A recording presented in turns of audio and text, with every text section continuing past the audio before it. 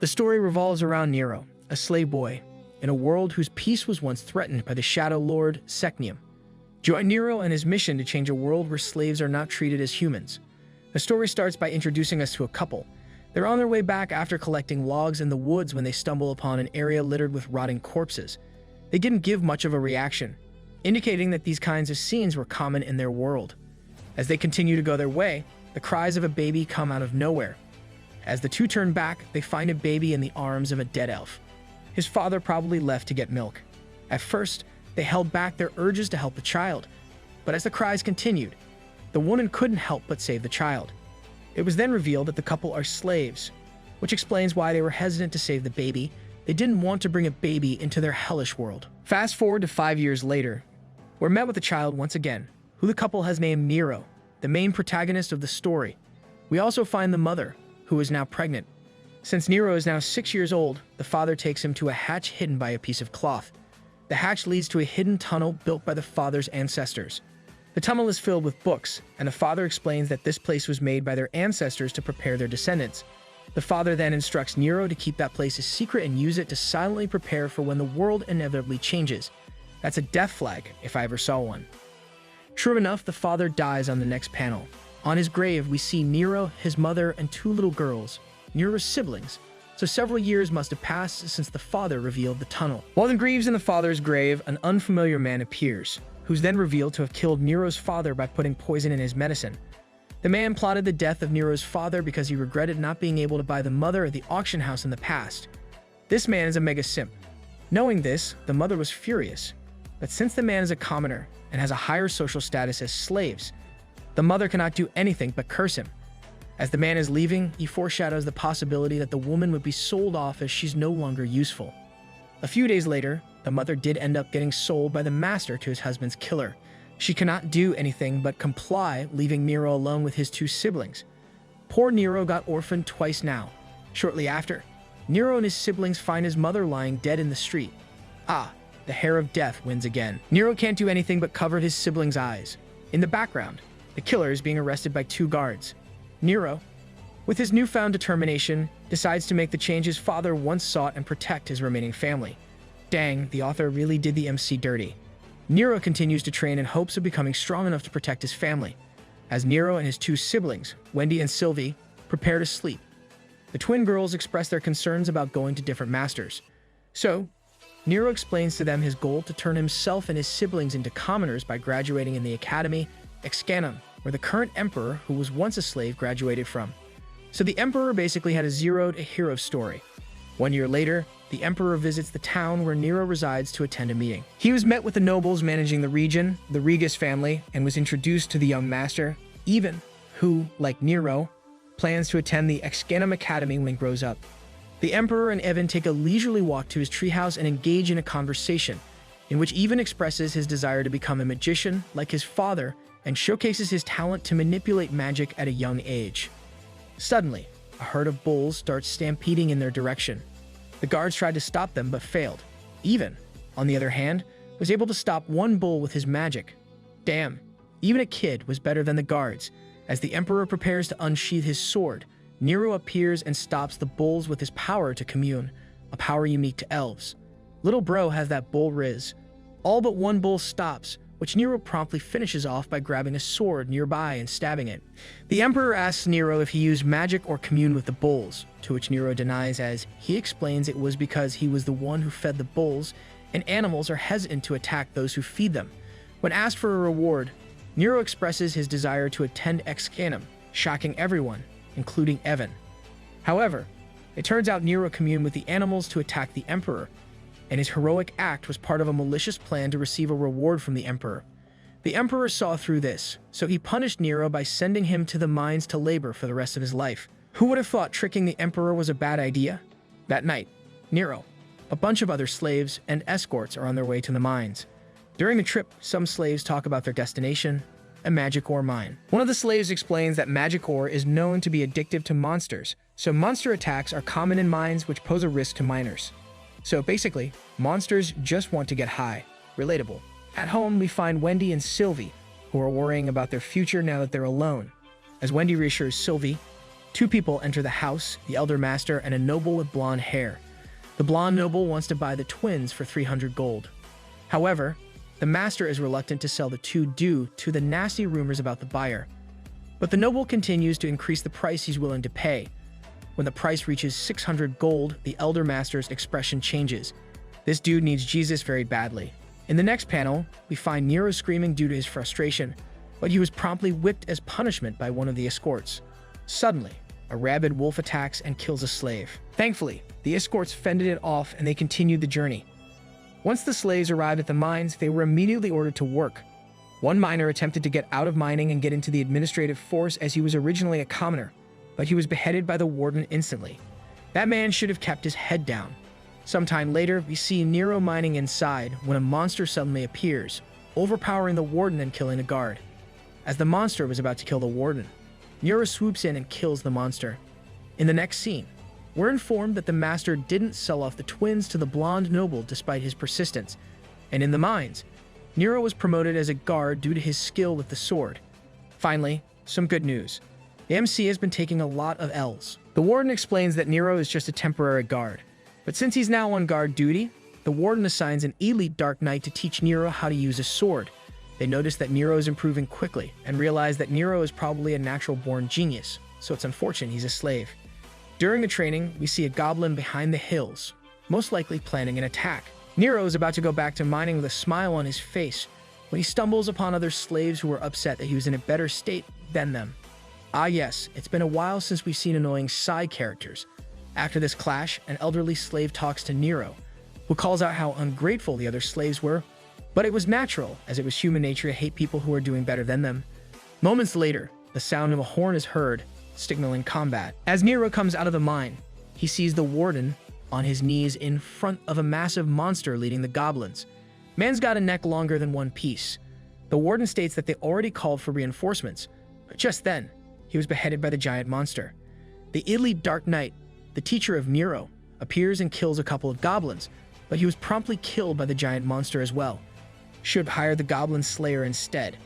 Scared, Niro goes back to the mines where all the slaves are on their knees, ready to submit to the monster as their new master. Unfortunately, the monsters wanted nothing but meat, so they moved forward to kill the slaves.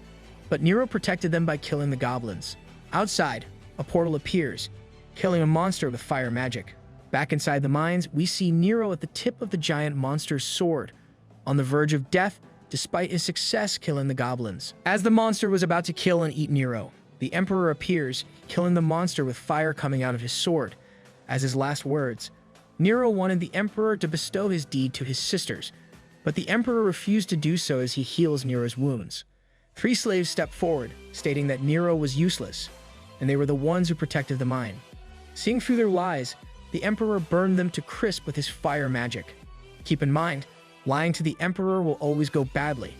At that moment, he declares that Niro will attend Excanum as a reward for his heroic act of protecting the mines and his people.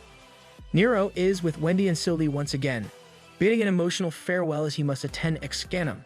At that moment, he is called by the driver as they were about to leave. Niro is about to ride in the back of the cart where the luggage is stored when a knight appears, demanding that Niro be treated with utmost care, much to the annoyance of Evan, who was inside the cart. Niro chose to ride in the luggage cart anyway, like how he originally intended to, most probably to avoid clashing with the entitled nobles inside the cart. The knight yields, but he warns the driver that if Niro arrives in the academy with a sickly disease, punishment will be in store. During the trip, Niro holds his sword and reminisces about the moment when he had just made a full recovery. The Emperor gave him the sword of Nero's warden, Gigas, and it was at this time Niro was able to hold the sword without consequence as a slave. Once they arrived in Excanum, Niro and the Regas family, which included Ivan and his escort, were welcomed by the guards. It was then revealed that Niro is to be an adoptive son of the Regas family, as declared by the Emperor, much to the shock of Evan. My boy is really good at getting adopted. As they enter the academy, Ivan orders Niro not to associate himself with him and to act like Niro is not part of the Regas family. I had high hopes for you, little Evan. At the hall, we find every new student gathered, and at the next floor is the headmistress of the academy, Kadia Maraguez, welcoming the students. She specifically mentions the descendants of the heroes who aided Emperor Muren during the last war, the descendants from families of the great sages, Kundin and Atramis. the three royal families of the Elven Queen, Lundale, and the family of the Black Knight, Gayan. Nice. World-building time. Niro was silently ostracized by nearby students as he was a slave, unlike most of the students in the hall. After the welcoming ceremony, they were taken to a field, in which they were informed by a bald instructor that they must pass an entrance exam next month in order to become official students of the academy. Otherwise, they will be sent home. The exam will require 5 students, so they must form groups of 5. And this group can be composed of different genders. Oh, it's not 3 this time. That's surprising. Male students were hopeful to get in the same group as the 3 elves from the royal family, but as elves have great hearing, they were slapped by one of the elf princesses as a result. That's some female lead vibes. It is at this moment Niro admired the princess. Definitely the female lead. Once the groups are decided, it's revealed that Niro and Even are in the same group, along with a female slave and 2 male nobles. Of course, the 2 rivals are in the same group. Who would have thought? As soon as the group enters their room, Evan orders Niro and the female slave to take a bath as he doesn't want the room to stink. He also instructs Niro to call him master. Outside, the female slave tries to talk with Niro, but he simply advises her to stay low-key to avoid trouble. While in the bathhouse, Niro contemplates why the Emperor allowed him to live, and comes to the conclusion that he must have intended for Niro to prove himself in the academy. I really hope that's the case and the Emperor isn't just a jerk. When Niro gets back to the room, Avon orders him to do their laundry, to which he agrees. When the female slave comes to help, Niro explains that she shouldn't meddle with his chores. At night, one of the 2 nobles demanded the female slave to dance, but as she cannot do so, she sang instead. Shortly after, they went to sleep. Poor kids versus entitled kids. And the following morning, Niro brings breakfast for Even, but Even demands he bring the breakfast of the 2 nobles in their group as well. Niro hurriedly goes back to the cafeteria, along with the female slave. On their way back to their room, the female slave bumped into Niro, causing him to drop the bowl containing the food. As a result, the 2 slaves had to give away their breakfast instead. As they were cleaning up the mess, Niro scolds the female slave, but at this moment, he's reminded of what the elderly slave talked about in the mines. Don't be a jerk, Niro. The next day, the students gathered in a field and were instructed to choose an opponent for a match. The fat noble chose Niro, thinking he was weak, and the other noble in their group chose the female slave. Niro, however, split the fat noble's wooden sword in half in an instant. It was at this moment he knew. He messed up. Niro's opponent thought his sword must have broken because it's in bad condition. The instructor, hearing this, gave the fat noble another sword, but again, Niro split it in half with ease, much to the surprise of the instructor, Even, and the elf princess. Niro really be stomping kids. It was then that the instructor decided Niro was simply skilled with the sword. Shortly after, the instructors told the winners to move to the right and losers to the left. Surprisingly, Niro was the first one in the right side of the field, then the elf princess. The 2 talked to one another, with Niro addressing the princess as Miss. When the princess questions this, Niro explains that he was a slave, much to the confusion of the princess, indicating that elves were not familiar with the slave system. Ah, typical. Only humans have a slave system. Avon then arrives, and it turns out he met the princess 3 years ago. But the princess cannot remember. Even moves close to Niro, silently threatening him for beating a noble. Reminds me of my brother when he gets in trouble because of me in front of our parents. That night, we find the female slave's face visibly beaten up when the 3 nobles, including Even, enter the room. Since Niro beat one of the nobles, they decided to punish Niro by ordering him to act like a horse and riding on his back. They do the same to the female slave. Once the nobles leave the room, the female slave proceeds to cry, but Niro remains smiling, advising his fellow slave to keep smiling as well. In the next scene, we find Niro pointing a sword towards Even while he's asleep. Wow, that's completely unexpected. After contemplating the consequences of killing Even and the potential danger that it could bring to his sisters, Niro decided not to go through with his plan. He goes back to his bed, but that does not mean his anger has subsided. These noble kids still need to be taught lessons. The next morning, we see an instructor who's about to teach the class about magic. He explains that everyone has mana, including slaves, and it is what allows people to perform magic. The instructor then demonstrates this by instructing one of the students to shout Anakrasha, the chant to use magic, motivating everyone to do the same. While everyone is trying their best to use magic, Even shows off by using another chant to generate massive flames. What a show-off. Everyone, including the instructor, praises him for his achievement, but when no other student is listening, The instructor silently warns Evan that casting unpermitted spells at his young age is illegal, so he discourages Evan from going overboard with his magic. Yes, you tell him. Niro also produces large flames, albeit smaller than Evan's, but it dissipates into a small size shortly after. The instructor then takes the class to a field with numerous dummies.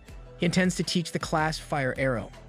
At first, the students were upset as it was one of the most basic spells, but the instructor showed them how destructive it can be given the proper skills. He then concludes by saying only the people who can hit the dummy with Fire Arrow can go home. Nice incentive. After that, everyone was busy trying to accomplish the assignment. Niro, too, was trying his best, but to no avail. Suddenly, a fire arrow launches into one of Niro's shoes, burning part of it in the process, and it's revealed that it's a misfire from one of the nobles in his group. Niro was upset about this as it was his only pair of shoes and it was made for him by his adoptive mother.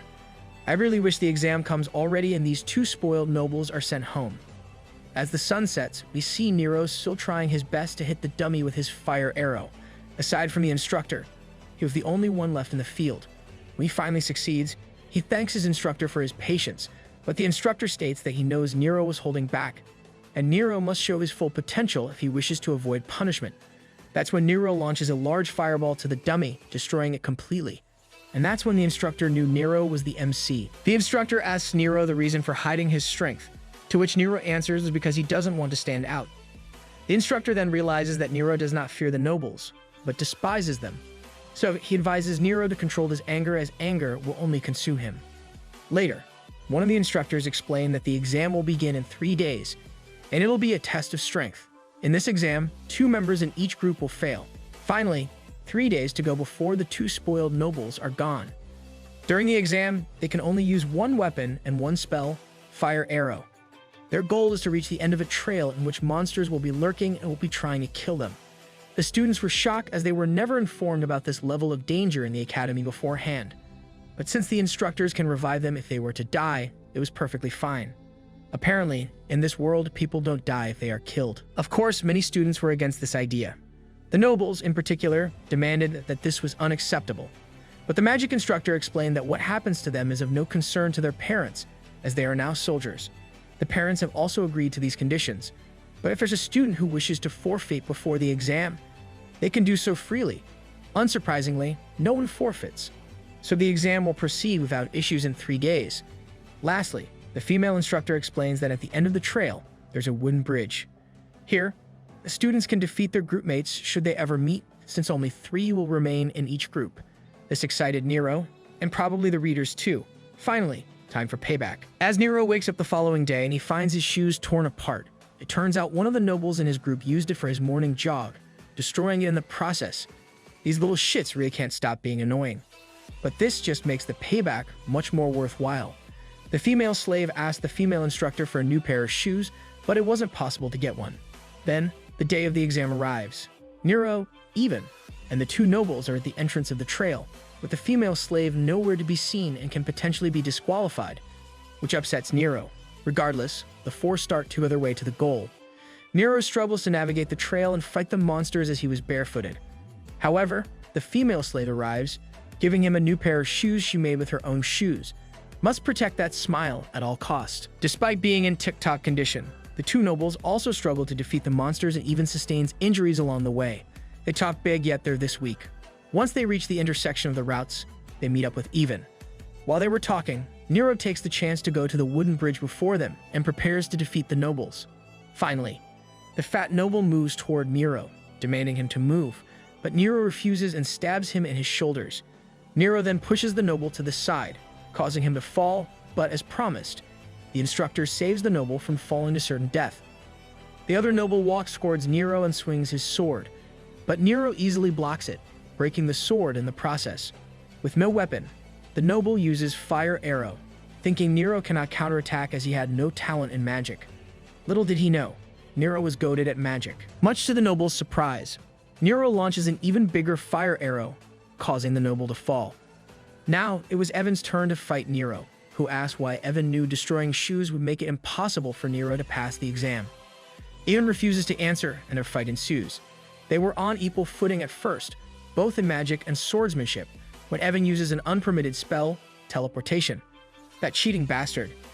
Curious about its outcome, the magic instructor didn't interrupt the fight despite Evan violating the rules of using only one spell.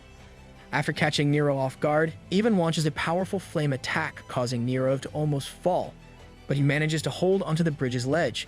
Evan then launches another flame attack to finish Niro off, but he was left unscathed as his pendant protected him. Item diff. Using this chance, Niro fires a fire arrow and knocks Evan off the bridge, but like Niro, Evan manages to hold onto the ledge. Little bro really pulled the Uno reverse card. Since only 2 can fail in the exam, Niro helped Evan climb back up. He then comes back for the female slave before finishing the course. In the first panel, we find Niro and the female slave talking at a rooftop about how they were able to get admitted to the academy despite their social status. That's nice, but can we get her name now? The female slave explains that she was an only child who grew up with her dad. Their master was a kind person, so when the master's son was drowning, her dad risked life to save the son. Unfortunately, her dad died, and the son was basically comatose. Since the son was originally planning to go to Excanum, the master gave the admission letter to attend Excanum to the female slave, hence why she was able to get admitted to the academy. It goes without saying that her master is infinitely better than the other masters in this world. Later that day, the students were instructed to gather around the storage house. There, they receive and promptly change into their uniforms as they are now official students of the academy. The headmistress congratulated them and wished them luck, before promptly disappearing. Afterward, the baldy instructor proceeds to group the students into 6. This time, even Niro the female slave and Niro are in separate groups. Finally, away from that mischievous little brat, Niro in particular is grouped with the elf princess he talked to before, Terasu, the descendant from the family of the Black Knight, Tarek, and 3 other side characters that are probably not worth mentioning. Tarek is probably the meathead character. Another difference this time is that the group will not share a single room. Instead, boys and girls will be separated into different dorms. When asked who wants to be the group leader, both Tarek and Terasu raise their hands, and they are tasked by the instructor to settle it themselves. They settle on deciding with strength. Tarek is confident since the Black Knight family was known for their strength, which is apparent when carries the boulder easily. They decided that the leader will be the one who can break the boulder into the smallest pieces. Tarek goes first and uses a sword to split the boulder in half. I knew it. He's definitely a meathead. Terasu is a bit more ingenious as she uses a bow and arrow to hit the 2 pieces of boulder, shattering them into smaller pieces. As a result, Terasu becomes the group leader, much to the admiration of Niro. Niro's group is gathered in the academy's hallway. There, they discuss the rules that each member of the group must adhere to, with Terasu leading the discussion. She explains the first rule that they must move and act as a group, so everything must be agreed upon by the majority. Secondly, boys must not come within 10 centimeters of the girls' dorms. The boys must also avoid opening the doors of their rooms without permission. Dang, if only my parents followed that rule. She explains that they must also call out their names if they wish to make contact. And third, there will be no difference between the ranks of the 6 members of the group. Most members reacted strongly to this rule, except Tarek. One member expresses concern that using informal speech to Terasu may not be appropriate as she was an elf princess, but he promptly yielded as Terasu explains that ranks in the elf society was not a sign of privilege, but a sign of achievement, and being a noble means they have bigger shoes to fill. As such, ranks were meaningless outside of their society. This enlightened Niro since all the nobles he encountered had used their title to take advantage of commoners and slaves. My boy was born in the wrong society. This rule also raised concerns from the 2 girls in their group as they complain that they don't want to be treated like Niro, a slave. They seek validation from Tarek, but Tarek explains that he's never seen slaves as people lower than him. Rather, he only values strength and has been friends with his slaves. He might be a meathead, but he's more mature than all the noble kids combined. All but Niro has given his opinion on this matter. Since they require the majority to agree to the rule, the girl asks Niro what he has to say. He responds by saying that he believes strength must be the basis of ranks, so he wants to be treated the same as the other nobles, unless they can prove they're stronger than him. Finally, he's standing up for himself. Niro realizes that not all nobles have the same mindset. Some think differently, like Tarek and Terasu. If only everyone was like that. As they were about to leave, they bump into the group of one of the elf princesses, the green-haired one, which is also the group where Evan belongs to. The green-haired elf teases Terasu since she has a meathead and a slave as her teammates, but Terasu makes a comeback by saying the green-haired elf should worry about his own teammate, even considering how he got wrecked in the last exam. What a legendary comeback. After that, the two groups go their own ways. The atmosphere was a bit cold after that encounter, so Niro's groupmate explains to him that their rivalry was because they're fighting for the throne. Terasu, along with the two elf princesses, are the only candidates, and Terasu, in particular, must become a queen since her family hasn't had a queen for 7 generations. If she fails as well, her family may fall out of the royal family, hence why she's incredibly tense. The following day, the monocle instructor explains that the second exam would be a 3 versus 3 competition, where the team will be split in 2 and only the winning group will move on to become second-year students. Well, obviously Tarek, Terasu, and Niro will win. It's unfortunate. I like the other elf member. For that reason, in their first year, their focus will be on teamwork. Unfortunately, no one will know who's their teammate and who's their enemy before and during the exam. That's great. It discourages internal fighting and sabotages. They proceed in their first lesson, in which each member draws lots to decide the grouping. Terasu, Niro, and the other elf students are in the same group. Their goal is to head towards a boulder, all while their feet are tied together. This is to hone their mental focus. As soon as Terasu's group starts walking, the elf student slipped and broke his kneecap. Since Terasu is the competitive type, she threatens the elf student to get right back up, and they proceed to walk once again.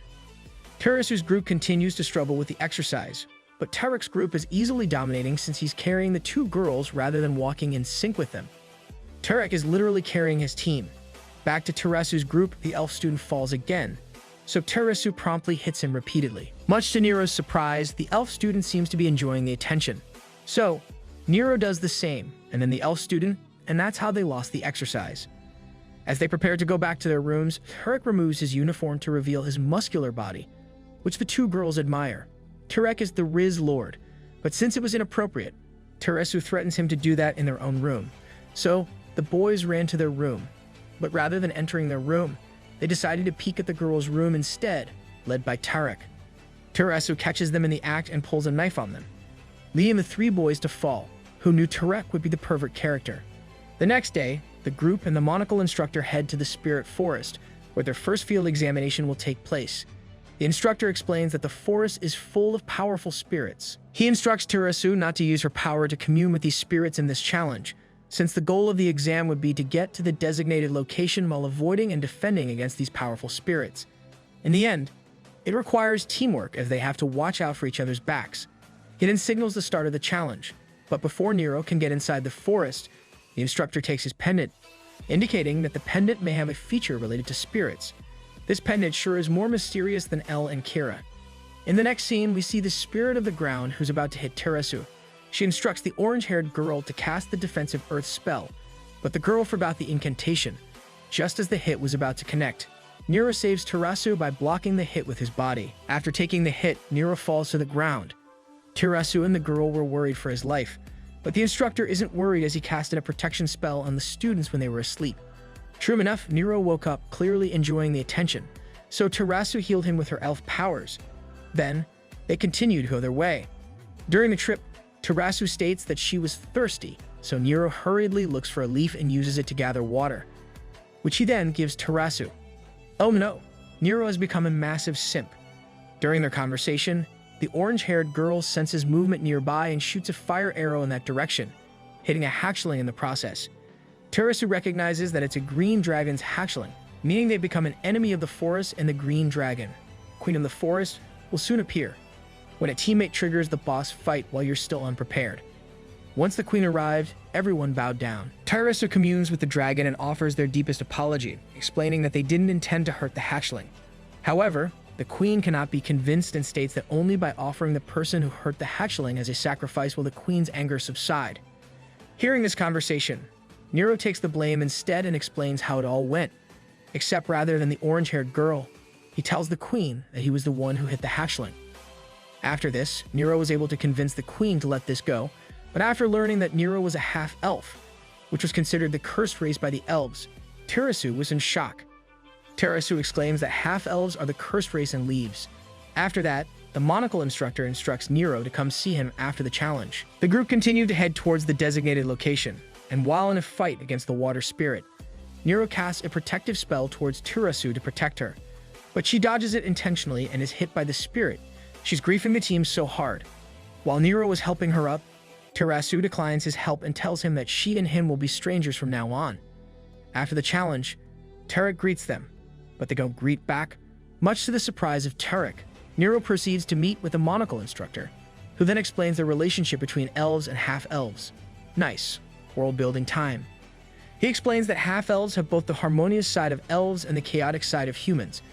These qualities amplify each other, so some half-elves are kinder than other elves, but unfortunately, the majority of half-elves succumb to their chaotic side and become darker and more sinister than the average human being. As such, half-elves are prone to being consumed by darkness. This explains why Terasu is giving him the cold shoulder. In the next scene, we see the three boys running towards the exam as they're about to be late. The three are clearly going alone. They then meet up with the three girls. Terasu is still upset by the fact that Niro is a half-elf. In the exam location, they were greeted by the female instructor and the monocle instructor, who explain that the next exam is a test of wisdom. Before proceeding with the test, they decide the groupings by drawing lots again. Niro, Tarek, and Terasu end up in the same group. Oh no, the elf student will most definitely get disqualified. Upon entering the testing ground, they find the Magnia tree, a tree that bears the all-cure fruit. Their objective is to chase away a bird called the Aragon that's nesting on the tree, so the Empire can collect the fruits more easily. They can use any method, but they must not harm the bird nor the tree. The instructor tells the group that they have until sunset to accomplish the objective.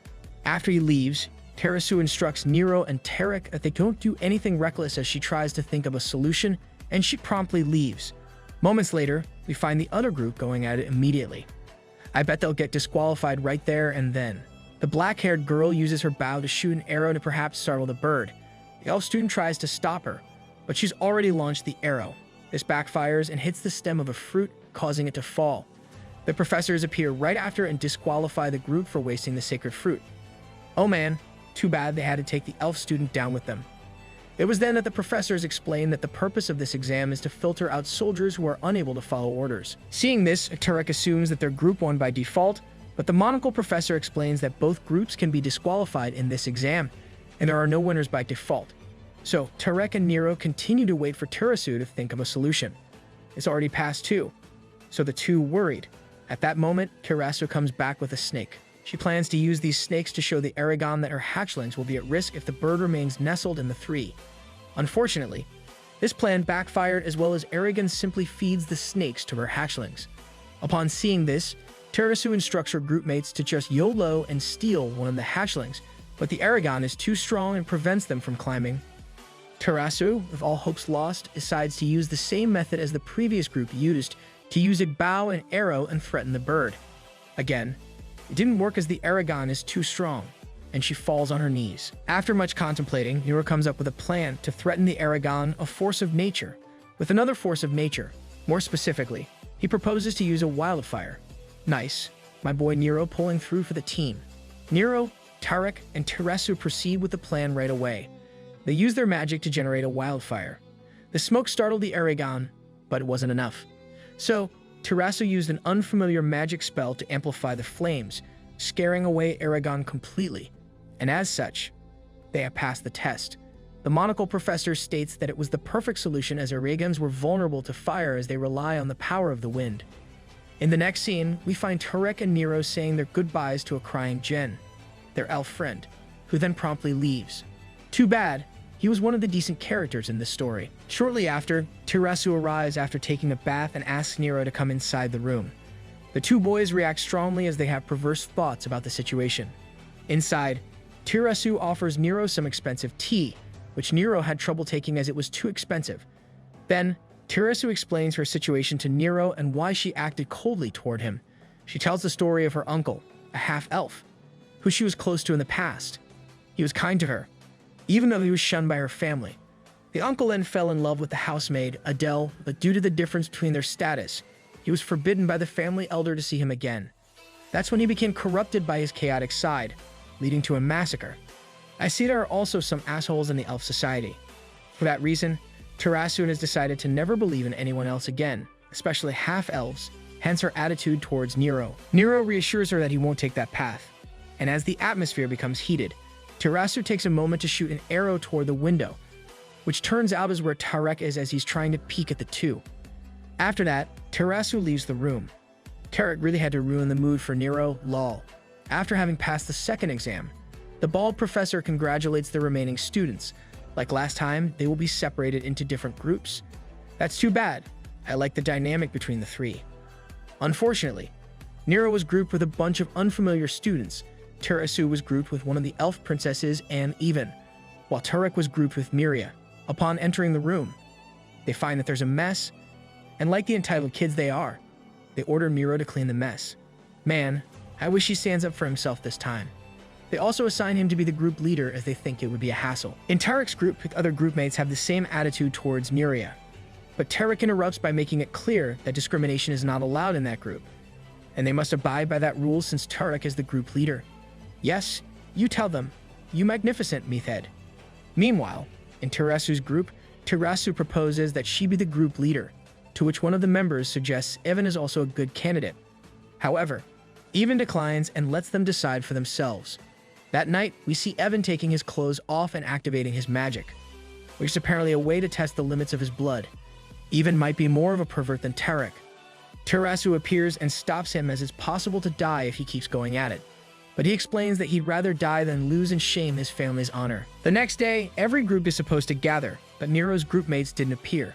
The bald professor tells him that the next time they're late, he'd be held responsible. His teammates are total griefers. Niro continues to get discriminated against in his group as he's forced to do all the chores.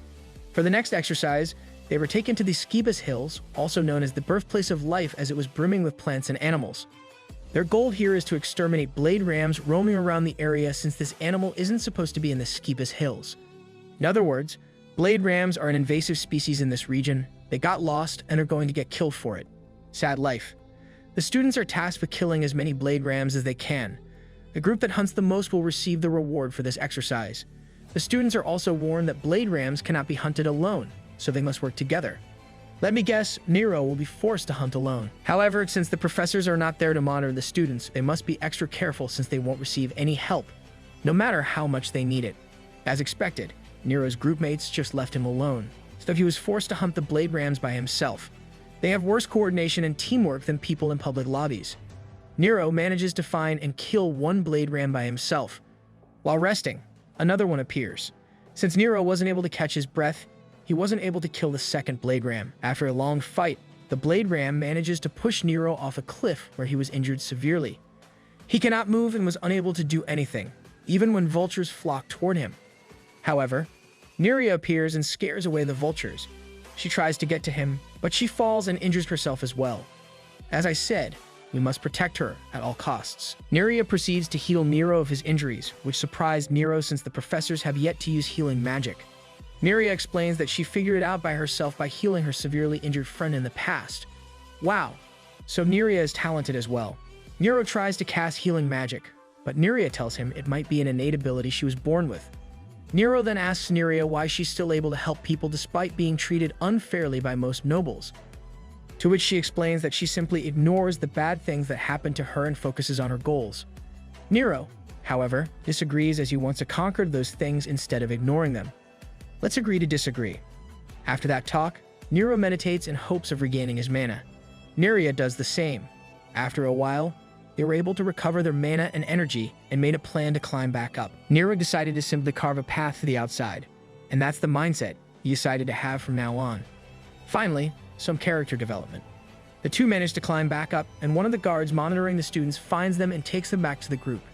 Upon tallying the scores of each group, the average was 3 rams, but Teresa's group managed to kill 5, making them the winner. Niro's group complained that they didn't win because they lacked one more person. Wow, the audacity these guys have. At that moment, Niro and Niria arrive with the 2 rams, which the guard states were Niro's kills, much to the shock of everyone. Niro's group starts to celebrate since that means they have won, but Niro decides to give the kills to Niria's group since she saved him. His group mates naturally become upset, but Niro stands up to them. My boy finally grew a pair. In the room that Terasu's group occupies, we see Evan taking a quick look at Terasu, indicating that he might be interested in her. Meanwhile, Tarek and Niria are taking a hike, when Niria twists her legs and falls, so Tarek carries her. We then see Niro using his sword on a tree. Right before cutting it down, he communes with it. It turns out he's trying to cut down a tree in one swing, but he has yet to do so. He's really going all in on the grind. 9 months later, the students are gathered in front of a gate. The bald professor explains that this is where the third examination, the test of endurance, will be held. Adult Miro's group mates get eliminated. In this exam, the goal is simple: survive for 2 months. They're provided food supplies that can't possibly last for even 1 month, so the students will have to come up with a source of food by themselves. The testing ground is a tree, a hog, and edible mushrooms mixed with poisonous ones. Thankfully, endurance is one of the strengths of Niro, but the exam is difficult nonetheless. 2 weeks later, we find one of Niro's group mates shooting an arrow at the hog. He successfully kills it and eats the meat. The next day, he finds that the meat is already rotten. He tries to eat it regardless, but he vomits everything and gets disqualified. The same happened to another one of Niro's group mate when he ate one of the mushrooms. Sirs, you're right. We also find another one of Niro's group mate who's about to get ran by the hog but was promptly saved by the monocle professor. But as a result, he got disqualified. Finally, no one will miss them. Upon hearing the announcements of their disqualifications, Niro decides to make a move. He starts by communing with the hog, but the hog has been trained by the academy, so it didn't listen. Then, he sees the hog eating mushrooms and assumes that the hog must know which of the mushrooms are edible and which are poisonous. When he attempts to move closer, the hog scares him into climbing the tree. Then, the hog goes to sleep. The monocle instructor states that this exam will drive the students to show their true natures as their resources are heavily limited. True enough, the students are showing their true colors. Avon uses his overwhelming magic to intimidate the hog into obeying him. Terasu befriends the hog. Miria passed out due to hunger, so out of pity, the hog gave her food voluntarily. Tarek wrestles with the hog to decide who will bring food to the other. Yes, a meathead against another meathead, a match made in heaven. On the other hand, Niro decides to jump on top of the hog and basically rodeos the creature day and night. Once the hog runs out of stamina, Niro throws out crackers in front of it as an offering. He continues to do so until he's able to finally befriend the hog. After giving all of his crackers to the hog, Niro proposes that they survive together, and they eat the crackers together. We then see a contrast between Evan and Niro, where Evan is forcing the hog to get food for him, and Niro is coexisting harmoniously with the hog. The two are complete opposites. No wonder they don't get along. Another month has passed, and Niro has successfully passed the exam.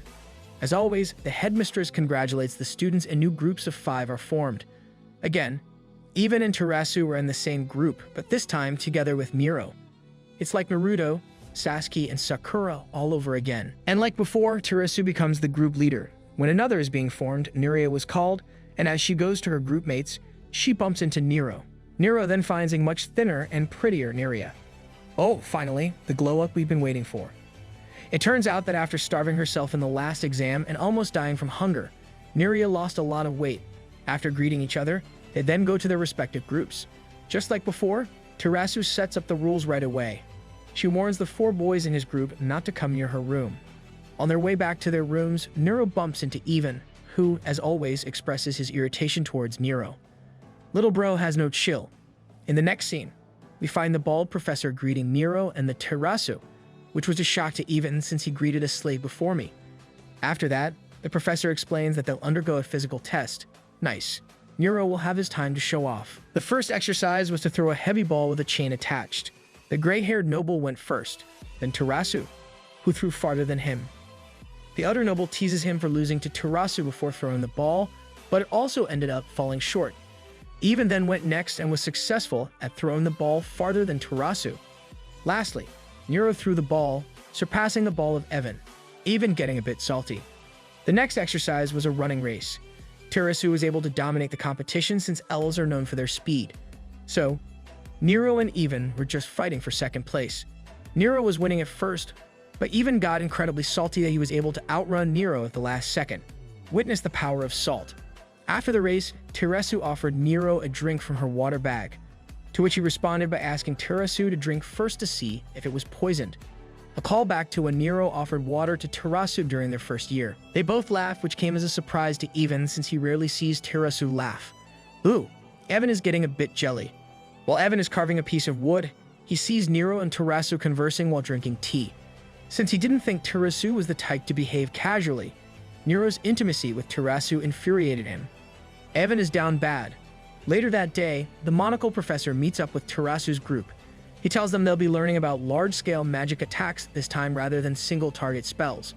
He also explains that these kinds of spells require a massive amount of mana, so it's going to be difficult to master this type of magic attack. It shouldn't be a problem with the MC though. The professor then goes on to talk about the different types of jobs in this world. There are 3 primary jobs: Black Knight, which specializes in strength, Black Mage, which is suitable for people with large mana pools, and Archer, which is most compatible with people who have keen intellect like elves. Oh, so it's just like an RPG. Cool. Interestingly, there are also other jobs out there, like Dark Lords, as mentioned by one of Niro's groupmates. Turns out there are indeed other jobs, which are typically derived from the 3 primary jobs. For example, there was a Magic Swordsman, a combination of a Black Knight and a Black Mage. The current Emperor, Emperor Muren, is an example of a Magic Swordsman. But since this job requires immense talent, not many people can be Magic Swordsmen. So, basically, it's a rare class, just like an RPG indeed. The professor then proceeds to showcase one of the large-scale magic attacks they will learn, a Rufiona, which allows one to eliminate surrounding enemies. So, each student tries it out, starting with a black-haired noble. Unfortunately, he wasn't able to showcase his power. Next is Terasu, which was able to use it more effectively. Then, Niro goes on to try it as well, but he was even worse than the black-haired noble. Wow, didn't expect that from an MC. This shocked Niro since he knew he was talented in magic, but the professor explains to him that it might be due to a problem with his hearts, since it's what controls the flow of mana. Lastly, Evan goes ahead and casts the spell, and with the power of anger, he was able to showcase its full potential. He then declares then and there that he's going to be a magic swordsman, like the Emperor. This is Sasuke and Naruto competing for the Hokage position all over again. Due to his problem with magic, Niro decides to train intensely by casting a Rufiona repeatedly, but he still can't cast it properly. Meanwhile, Terasu just watches him from behind a tree. That's nice. Emotional support. 4 months pass. The bald professor takes the group to a valley where a mine containing Onmaru, a type of magic ore, is located. Due to the value of Onmaru, the valley has always been a place of bloodbaths and a place full of guards.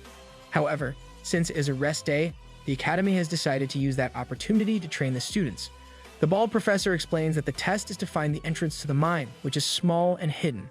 The price is a piece of equipment and will only go to 1 person per group. Before the bald professor finishes the explanation, the group goes ahead to complete the task. Since this is a free-for-all activity, they go their own ways after defeating a couple of golem monsters. To each their own, I guess. Terasu continues to defeat every golem monster she stumbles upon. Then, she finds a large group of golem monsters in a field, when suddenly, a group of actual monsters appears to kill the golems. Then, we cut to Niro fighting the golem monsters, when suddenly, a man appears out of nowhere from a bush nearby, telling him to run. He wonders if this was part of the test, but it became clear that it wasn't when the guard was killed in front of Niro by actual monsters. Evan also finds a group of monsters in a field and realizes that this is no longer part of the test.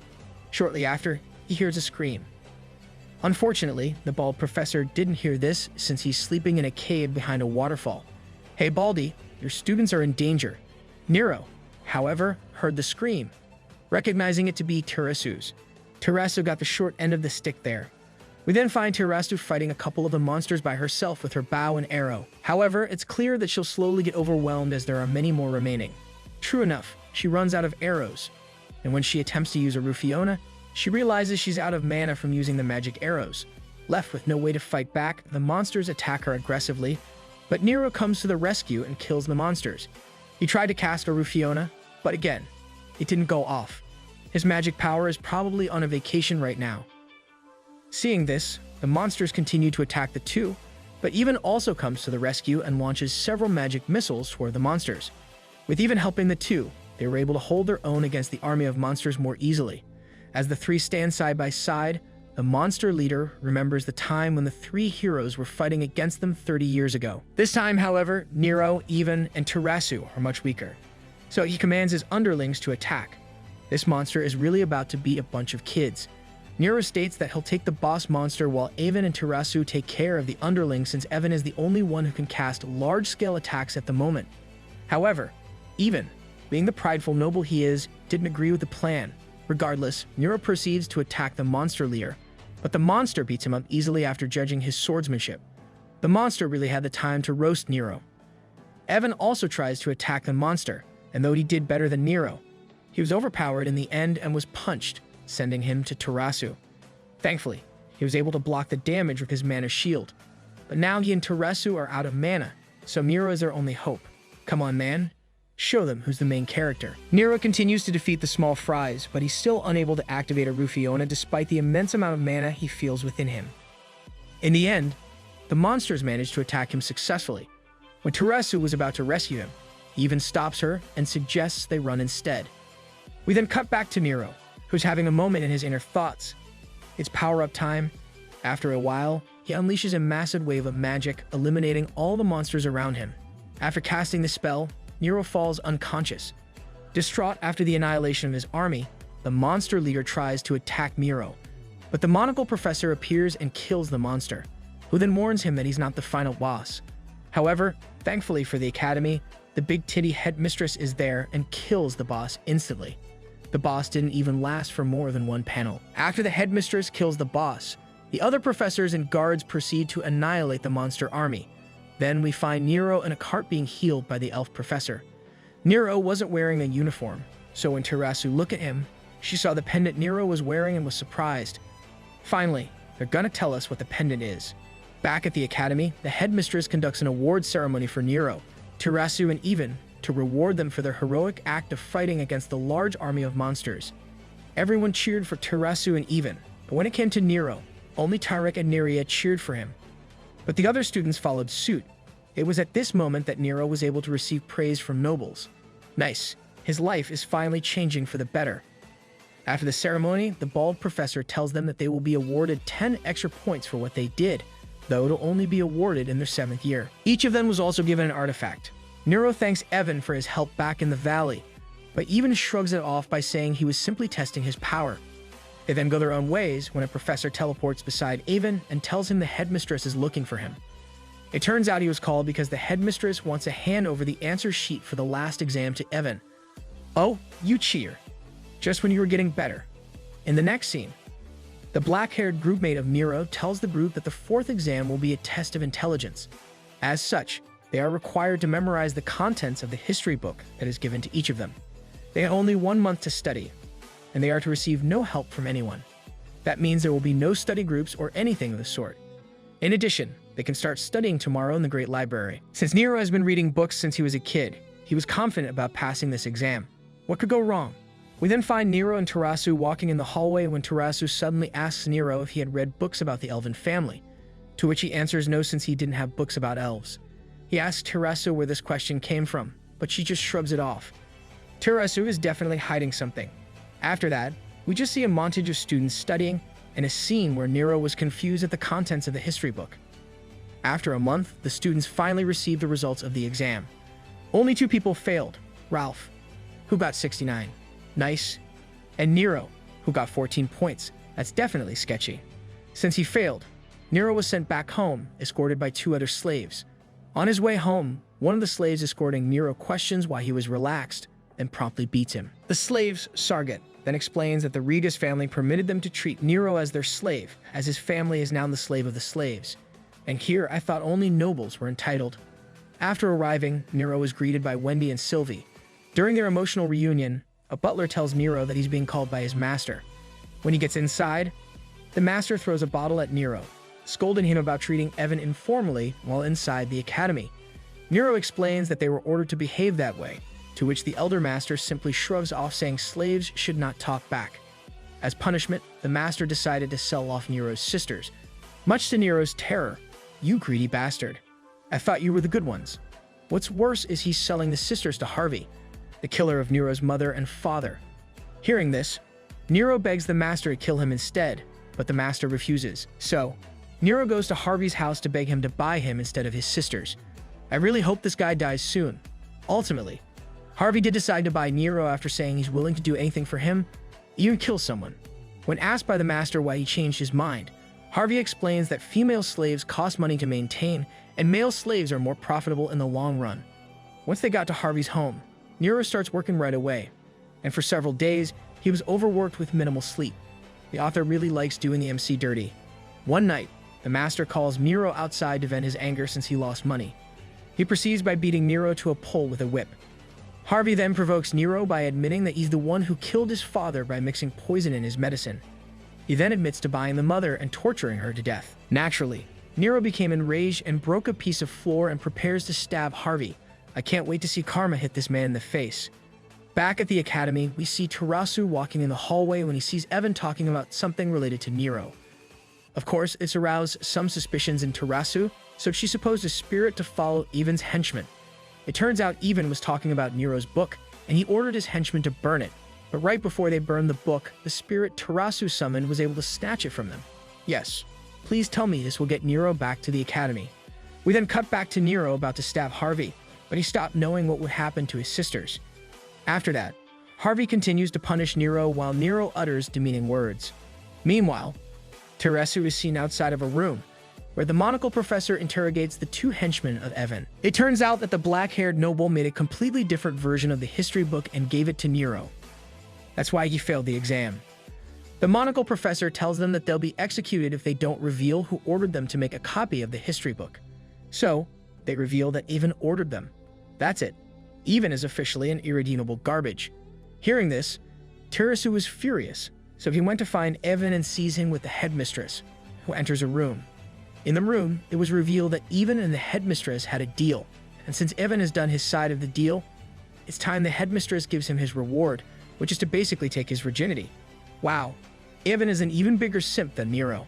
However, as they were about to do it, Evan declined, stating that he has someone else he liked, Tarasu, much to the shock of Tarasu, who heard this entire conversation. In the next scene, we find Harvey still punishing Niro, who has already lost all hope. Thankfully, before Harvey whips him again, Olmu, the professor with the monocle, teleports and stops him. He then explains that Niro is now a fourth-year student at the Excanum Academy and is therefore an official officer of the Empire, with a social status higher than a commoner. So, Harvey basically assaulted someone who is of a higher standing than him. After hearing this, Niro stands up and asks Olmu what the punishment for such an act is, to which Olmu answers yes. So he grabs a bat, ready to enforce the law himself. Finally, this is what we've been waiting for. Niro prepares to kill Harvey, but Harvey pulls out a knife. Thankfully, Olmu helps Niro by restraining Harvey with a spell. As Niro was about to hit the man, he falls unconscious due to starvation. Dude got saved by the bell. After waking up, Niro ate until he was full, and he was once again ready to beat Harvey. Harvey tried to beg Niro to give him another chance, but Niro clearly didn't want to, as Harvey didn't give his mother another chance as well. But as Niro was about to kill Harvey, he remembers the story Tarasu told him about her uncle succumbing to his chaotic side. Fearing that he would succumb to it too after killing Harvey, Niro decided not to go through with it and left the house. Oh, come on. Seeing this, Harvey laughs at him, but thankfully, Olmu kills Harvey mercilessly. Olmu the MVP. Olmu takes Niro back to the academy, and on their way there, Olmu explains that the plan to sabotage Niro came from Evan. Unfortunately, since Evan has a lot of influential people backing him, nothing consequential will happen to Evan. What the? Of course. Back at the academy, we see the headmistress congratulating the 16 graduates of the Excanum Academy. All of them are now officers of the Empire, meaning Niro is no longer a slave. At this point, they will have to train and study for 4 more years in the academy, but there will no longer be disqualifications. 8 years? That's even longer than doctorate programs. During the ceremony, the headmistress realizes that there are only 15 of them there, which her assistant explains was because Marcus was disqualified and Niro will be taking his place. Much to the shock of Evan, but Turek, Tarasu, and Niro were glad to see he's back. The gang is back. As official officers, the 16 students now have different uniforms. Turek glances at Niro, but Niro looks for Niro. Oof, that must have hurt. Niro greeted Niro at each other, but Niro wasn't able to respond as she was flustered. Then, Tarasu appears and takes Niro to a private place. Once they're alone, Tarasu explains to Niro about his origins. It turns out that Niro is a half-elf from the Hill of Family, one of the royal families in the Elf Society. More specifically, he's the son of Queen Lunadel. So Niro was royalty all this time but was treated as a slave. Tarasu explains that only a select few have a pendant similar to Niro's. There was also a story alluding to the possibility that Queen Lunadel and the great sage Kundan may have had a child together, and that this particular love child was kept a secret and was later abandoned. Tying these two pieces of information together, it's likely that Niro is that child. Upon hearing this, Niro concludes that if it's true, Even would be his brother. Damn, I did not see that coming. Later that day, the bald professor announces that the remaining 16 students will each have their own room. As Niro enters his room, he feels a sense of accomplishment as he has now reached new heights. Finally, no more cleaning up other students' rooms. We also get to see Terasu outside her room in the hallway, along with Even, whose room is next to hers. Evan tries to start a conversation with her, but Terasu tells him that he should have been disqualified like his henchman for what he did to Niro, and that the Academy shouldn't have accepted people like him in the first place. Terasu do be speaking facts, but as Terasu is walking away, she recalls the time when he heard Evan tell the headmistress that he liked Terasu. We then cut back to Niro taking a bath at the bathhouse when Evan joins him. He congratulates Niro for no longer being a slave, but Niro voices out his anger by asking Evan why he tried to sell Niro's siblings to his mother's killer. He then tells Niro that he has no part in that arrangement, as he simply replies back to the Regas family by telling them about his current situation. However, Niro is still clearly upset and tells Even that he would kill him if he gets a chance, especially now that Niro is now an official that can exhibit his authority to nobles. You know they're brothers when they want to kill each other. In the next scene, we find Niro outside his room when Neria appears. Turns out Neria's room is next to Niro's. Niro praises her for getting first place in the test of knowledge. Niro then asks Neria for a favor, to teach him more about their world's history. Neria agrees and tells him that she can teach him every day after dinner. That's one way to ask for a date. The next day, Neria tells the story of the Mu Empire. The Mu Empire was 3 different kingdoms: the land of the knights, Laurentia, the land of mages, Aruka, and the land of the elves, Noria. This arrangement lasted for 842 years until the seers of Noria prophesied the coming of the demon lord Secneum. To prepare for this, the 3 kingdoms established the Excanum Academy. Secneum scared the shit out of the empire. The prophecy didn't come true for the next few centuries, but as people started to doubt the prophecy, all kinds of monsters appeared.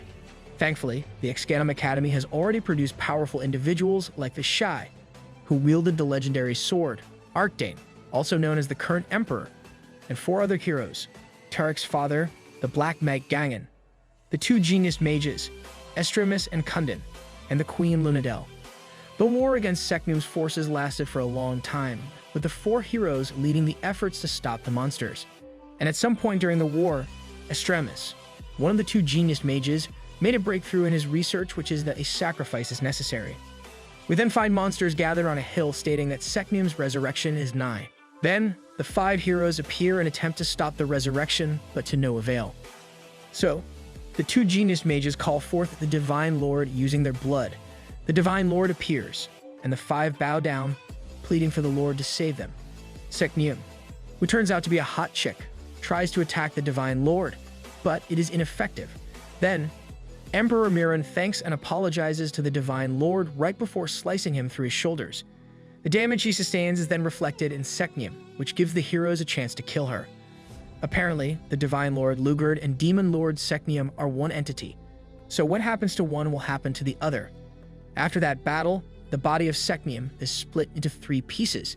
These pieces are scattered throughout the world, and each contains tremendous amounts of power. These pieces are drawn to each other, and if they come together, Secneum will appear once again.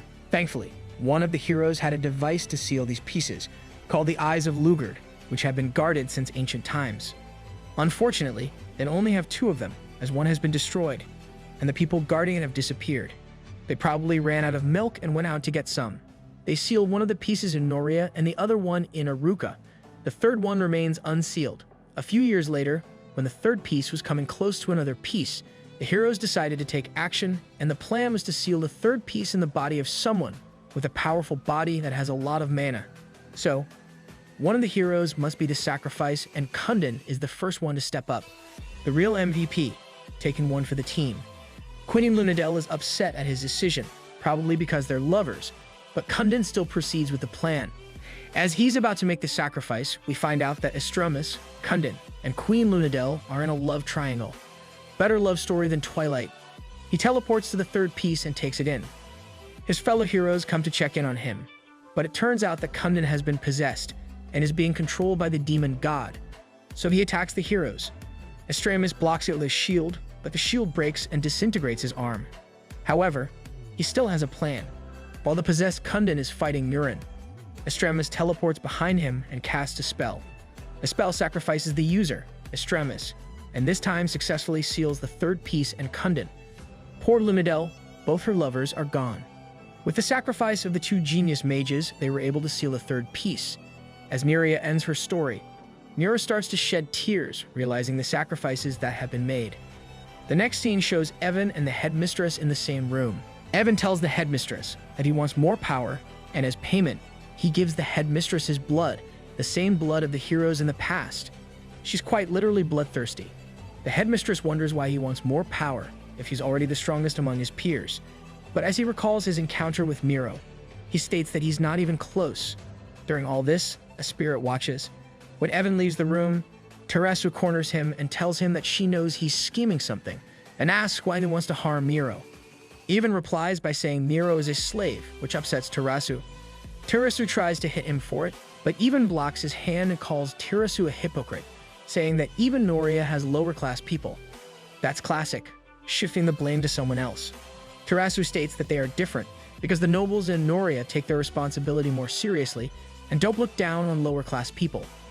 Evan then hugs Teresu out of nowhere. Evan finally admits the real reason why he's adamant about beating Niro. He is scared of Niro, as you should. We then cut back to Niro, who's walking in the hallway when he passes by 3 other students who mock him for being a slave. But unlike before, Niro doesn't take their bullshit and beats them up right there and then. Yes, join the dark side, Niro. Niro is more upset than before because these are the people his father had sacrificed his life for. And as he says this, Evan explains to Teresu that he wants to become a shy to save his father. Evan asks Teresu for advice, but Teresu doesn't take his bullshit and basically tells him he's a spoiled brat, unlike Niro, who had to face difficulties all his life. Yes, you tell him. In the cafeteria, we find the students of the academy eating mindlessly, while Niro cannot help but be upset. He then lashes out, which shocked the students, before leaving the building. Outside, he vents his anger by cutting down a tree. He's upset that the people who his father gave his life for turned out to be greedy pigs, so he sets out to change this system. In Neria's room, we find that she's preparing an almond, and she plans to give this to Niro, which in this world is the equivalent of giving chocolate to a crush on Valentine's Day. Then, in the next scene, Niro is beating up his fellow students, clearly upset about something. They probably insulted him again or something. While he's beating up a student, Tarek stops him and tells him he's going too far. Turns out the student did insult Niro. The student threatens to tell his father, but Niro threatens him back by saying that if he becomes the shy, he'll take revenge on that student if it ever comes to that point. Tarek scolds him again, but Niro responds by saying he's the same as them. Oh, now you're going too far. Niria and Teresu witness this scene, so Niria holds off giving Niro the wrapped almond. As Niro sits on the stairs, Teresu talks to him about his goal to become shy. Niro explains that the world his father tried to protect with his life has now become corrupted, littered with people who are greedy and are willing to treat other people's lives like trash, similar to how people treated his family. He wants to become shy in order to change the world. Even hears this as he is taking a peek at their conversation. You sneaky bastard. Finally, Niria was able to present the almonds he packed to Niro, which is probably the same as confessing her feelings, but Niro refuses. Be nice to her. God damn it. In the next scene, Teresu gives Niro several almonds, but this time, Niro accepts and they kiss, and since Evan was watching, he sees this as well. Dude got cucked for real. He then throws a tantrum in his room. It turns out Tarek was also planning to give Niria almonds, but he decided not to. In Niria's room, we see Niria crying. So much drama. The next day, the bald professor gathers all the fourth-year students and tells them they're going to test their swordsmanship like before. This time, however, their goal is to fight the bald professor with swords alone, and they will be awarded points according to what they can do, be it hitting him, making him fall over, or disarming him. A couple of students go at him at once, but he managed to fend against them. Tarek and Evan also give it a try, but they just got insulted by the bald professor before getting knocked down. They try again, but the results were the same, so Niro also gives it a try. He's doing better than the two, and with his technique, he was able to split the professor's sword in half, in which, effectively disarming him, much to the shock of everyone. He really has a talent for breaking swords. So, the professor surrenders. Niro taunts the other students by saying they can't surpass him, but this upsets even so much that he activates his magic. The bald professor tries to stop him, only to be entangled with his magic. He then attacks Niro, but Niro successfully dodges every time. Tarek also tries to stop Even, but Even uses magic to knock him out. He also warns the other students to back out if they don't want to be in danger. Niro runs towards his sword and equips it to prepare for battle. They then get in heated combat, and Even uses an unfamiliar spell. Turns out Even wants to kill Niro because he kissed Terasu. Even is very jelly right now. Their battle continued for a short while until the headmistress interrupts by knocking them both out with her magic. Lol, one-shotted. A week later, Niro and Even meet again with each other, but they just ignore one another. Tarek meets up with Niro and explains that the next time Niro gets in a fight, he'll get expelled, and he only avoided punishment because Even started it this time. Tarek then proceeds to hit Niro as he's upset how Niro, despite being nursed back to health by Neria, tells Neria to leave him alone. Yeah, Niro needs to learn a lesson. After that, Neria shut herself in the room and cried, which clearly upset Tarek. But Niro doubles down by provoking Tarek further, so Tarek hits him again. But Niro didn't retaliate. Before leaving, Tarek tells him that he never thought Niro or Neria was different from him. Yeah, he was always lovable. Niro realizes that his chaotic side is showing and only hopes that Neria remains on the other side. In the following scene, we find Niro and two other students running towards what seems to be a large tower with a couple of people, one of which is revealed to be Emperor Muren. Please teach Niro a lesson. The students show their respects to the Emperor with their formal greeting. The Emperor congratulates the fourth-year students and gives a motivational speech right before explaining to them the Empire's problem right now, which is the increasing activity of Secneum's forces. He then explains that as soon as the students complete their exam that year, they'll be put on the front lines, and encourages them to prepare until then. With that, he concludes his speech and leaves. The students express their concerns after realizing that their peace might soon be disrupted because of the war. Great, that means more action and less drama. We cut back to Niro walking in the hallways, reminiscing about the time the Emperor saved him in the mines and gave him his sword. He then enters the room where the Emperor stays. The Emperor cheerfully greets and congratulates Niro for becoming an elite soldier of the Empire, as well as for his past achievement in defeating the monster army in the Omaru mine. But at the same time, the Emperor mentions Nero's fight with Even and how he's showing hatred towards nobles. Niro apologizes and the Emperor tells him he understands, as the Emperor was probably in the same position before. Niro asks for guidance, but the Emperor simply tells him he needs to train his heart in the same way he trains his sword. After that, Muren asks Niro if he's ready to train his magic swordsmanship. Nice. Are we getting a training arc this time? In the next scene, we find Evan enduring flame magic that's coming out of Muren's sword. That sounded sus. Turns out Muren is also training Even, though this time, he's encouraging Evan to use his anger rather than control it, which is the exact opposite of his advice to Niro. Muren is two-timing. Elsewhere, Terasu is reminiscing about the time she was kissed by Niro, but she also recalls the time Even hugged her. Terasu is also two-timing. 3 months later, the bald professor, along with the other professors, explain the rules of the next exam, the test of mercy, to the students. The exam shall be taken in groups of 2, and they must defeat enemies along a path. The more they defeat, the more points they'll earn. What makes this exam different is that they can kill other students, though this will reduce their total points. This rule naturally shocked all the students. Battle Royale vibes. With that, the students began to form groups. Neria was the most in demand, since they assumed being in a group with the weakest student would lower their chances of being killed. Amidst the requests of other students, Terasu's spirit comes to ask Neria to partner up with her, and so she does. Tarek was upset with this as he sees through the intention of the other students, and because of this, the remaining students were hesitant at grouping up with him. But while this was happening, Niro and Even has already formed a group. Upon seeing this, Terasu recalls his encounters with the two where she gave them her advice for their problems. Neria also reminisces about a similar encounter with Niro where he finally confronts her and tells her about his situation and why he cannot stand by her. After that, Neria simply cries and we see Niro becoming nostalgic for the shoes Neria made for him in the past. This story has more drama than Twilight. We then cut back to the present, where Niro and Even proceed to go to the forest. We also find Tarek and a black-haired student, who's noticeably nervous since Tarek can easily kill him. But Tarek reassures him that he won't. They find a rabbit, but Tarek argues that the point of the test of mercy is to bestow mercy on adorable creatures like the rabbit. But at the moment, the rabbit becomes a monster and eats a raccoon. Kill it with fire. Our main characters witness this as well. Terasu proceeds to kill the rabbit, and at this point, we realize that the test of mercy tests the student's ability to distinguish whether they should grant mercy or not. Meanwhile, Niro and Even unsheathe their sword after seeing this, but rather than attacking the rabbit, they attack each other instead. While this was happening, Olmu, the monocled professor, is watching the fight. We cut back to Terasu and Niria. Terasu asks Niria why she likes Niro, but Niria comments that she has already given up as he has someone else he likes, Terasu.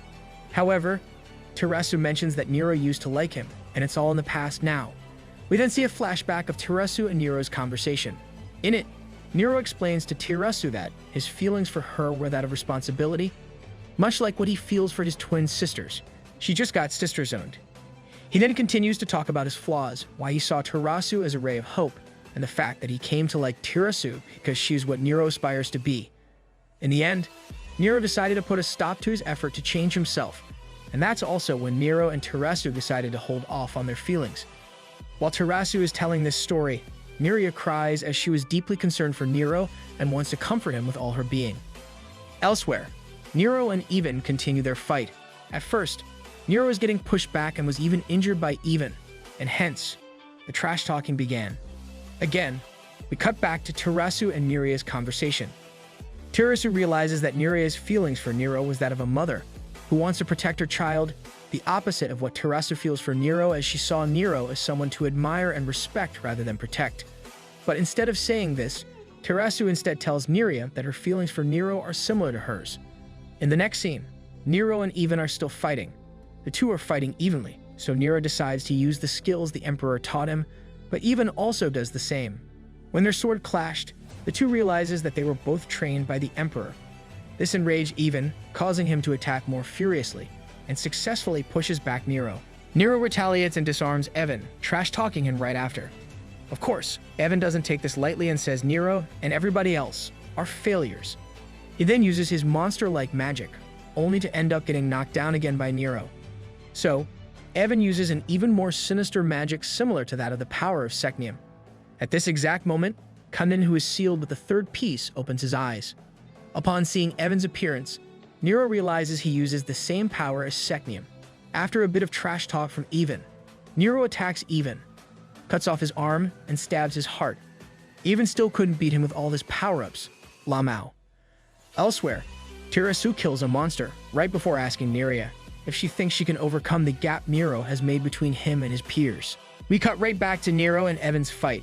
Even surrenders, but he still shows remorse towards Niro as he claims Niro has been taking everything from him. Little bro got cucked and became a villain. Niro responds by saying they should just talk it out, and he is entitled to it. Niro then reveals that he's Evan's half-brother while showing his pendant, much to Evan's surprise. Evan was doubtful at first, so Niro shows him the pendant and explains what it stood for. He then tells Evan how he was abandoned and adopted by slaves, hence his origin. After that, we see a flashback of what exactly happened between Lumidel and Kundin. Turns out the two had to go their own ways because they both had to protect their home. Kundin is also meant to have a political marriage with someone else. Kundin tries to convince Lunadel to stay with him instead, but to no avail. Even in this world, politics suck. With that, Kundin gets into a political marriage with Evan's mother. Then, the war raged on, so Kundin decided to head to battle despite his wife's persuasion. In the war, Kundin gets injured during his fight with a monster. So, Lunadel rushes to the camp where Kundin is residing and finds Estremis and Kundin. Estremis cannot fully heal Kundin, so Lunadel decides to heal him instead. However, this method shortens the lifespan of the user, so Estremis objected. But Lunadel goes through with it nonetheless. If only my healer in games is this selfless. Kundin wakes up to find Lunadel, and the two get into an emotional reunion. After that, Kundin comes back to his hometown. Evan's mother comes to greet and hug him, but Kundin ignores her. That's when Kundin explains his relationship with Lunadel and how she's pregnant with their child, much to the grief of Evan's mother. Everyone is a two-timer, apparently. After that, Kundin tells his wife he'll be leaving, and she should just think of him as a dead person. The mother was upset, as they were about to have a child. So before leaving, Kundin gave his child the name Even. Don't worry, he'll probably come back once he gets some milk. A few months after that, the war ended, so Kundin must have already been sealed at this point. That's when the rumors regarding Kunden's and Lunadol's child spread, though that rumor died out shortly after. In the next scene, we find Muren being crowned as the Shah and Emperor of the Empire. Every kingdom, including Valencia, Noria, and Aruka, witnessed this crowning ceremony. After that, he meets with Lunadel, curious if the rumors about the child are true. Lunadel confirms the rumors. The two worries as this child will most definitely get caught up in the fight for the throne if he's discovered, but Muren reassures Lunadel that he'll stop the rumors. After that, we see a scene where Evan was born and Niro was adopted by his slave parents. Upon hearing this revelation, Evan becomes even more furious since that means Niro was the reason his father left them. No man, he left for milk. So Evan becomes even more insistent to kill Niro, but Niro refuses to battle to the death. Their battle continues after Evan gets another power-up. Damn, how many power-ups can you have? You're not even the MC. With it, he's able to push back Niro in their battle. Elsewhere, Tarek and the black-haired student have just finished their battle against countless monsters. The two are curious why some are extremely aggressive, while others were passive. Lol, they killed even the innocent monsters. We cut right back to Niro and Evan's fight, in which Niro has finally given up. Evan now has the chance to kill him, but after a flashback montage of his experience in the academy, Evan decides not to kill Niro. He then realizes that they are fundamentally the same. Here comes the power of friendship. At that moment, the seal stopping Kunden from going loose cracks. It also turns out that Muren had planned for this to happen. As mentioned by the headmistress, Hydia. After the exam, the professor goes ahead and tells the score of each group. Tarek's group got 0 since they killed everything in sight. Others got a positive score. Terasu got -4 since she probably killed an innocent creature, and Niro and Evan got -5. Niria, despite being in the same group as Terasu, gets 7 points because she didn't kill anything. With that, she's the leading candidate for Shah, much to everyone's surprise. Everyone got stomped on by Niria, lol. The students gather in the hallway as always, and the headmistress greets and congratulates them for completing the 5th exam. She then announces that next week they'll be sent to the front lines, as mentioned by the Emperor. But before that, there will be a banquet held in Aruka for the students, and they must get a dance partner who they'll spend 5 days with. So, basically, it's a school dance. This is becoming more and more like a drama story. In the next scene, all the students are gathered in the cafeteria. This was the perfect chance for students to get a dance partner, which is why that's been what's in the mind of most students. Evan comes to sit at the same table as Niro. Are they friends now? But turns out Evan just wants to ask Niro if it's fine to ask Terasu to be his dance partner, since Niro and Terasu are no longer as close as before. Before Niro can answer, Evan goes for it anyway and asks Terasu to become his dance partner, to which Terasu agrees. Evan then comes back to Niro's table after. The next day, the students prepare to leave. The bald professor briefs them on their journey to Aruka, where the banquet will be held. Each couple is assigned to a royal carriage. Before going in, Niro finds Tarek and Niria, as well as Terasu and Evan going inside their respective carriages. In Niro's carriage, we find him with his partner, who's reading a book. She didn't want Niro to talk to her as she doesn't want to get close to him. Fair enough. Meanwhile, in the other carriages, Tarek and Niria get along well as Tarek tells her stories of his childhood. On the other hand, Terasu and Evan have a more meaningful conversation. As Terasu asks Evan why he's always with the headmistress, Evan explains that people comparing him with his father, as well as Niro's appearance, resulted in his inferiority complex. That's why the headmistress offered to give him more power in exchange for blood was a tempting deal. The power he got from the headmistress was the power of Secneum. Though it surprised him at first, he has come to accept it as part of his own.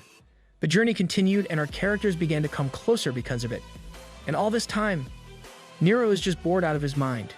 The carriages then stop and the students are ordered to stay in an inn nearby. As the students are getting out of their carriages, Niro finds Tarek and Niria and Terasu and Evan, who are much noticeably much closer than before. Oof, that must be painful. As they walk to their inns, Niro is slowly realizing that he's hurt, though he doesn't understand why at first. This is his first heartbreak after all. This continued until the end of the day. The next day, the students continue their journey to Aruka via carriages.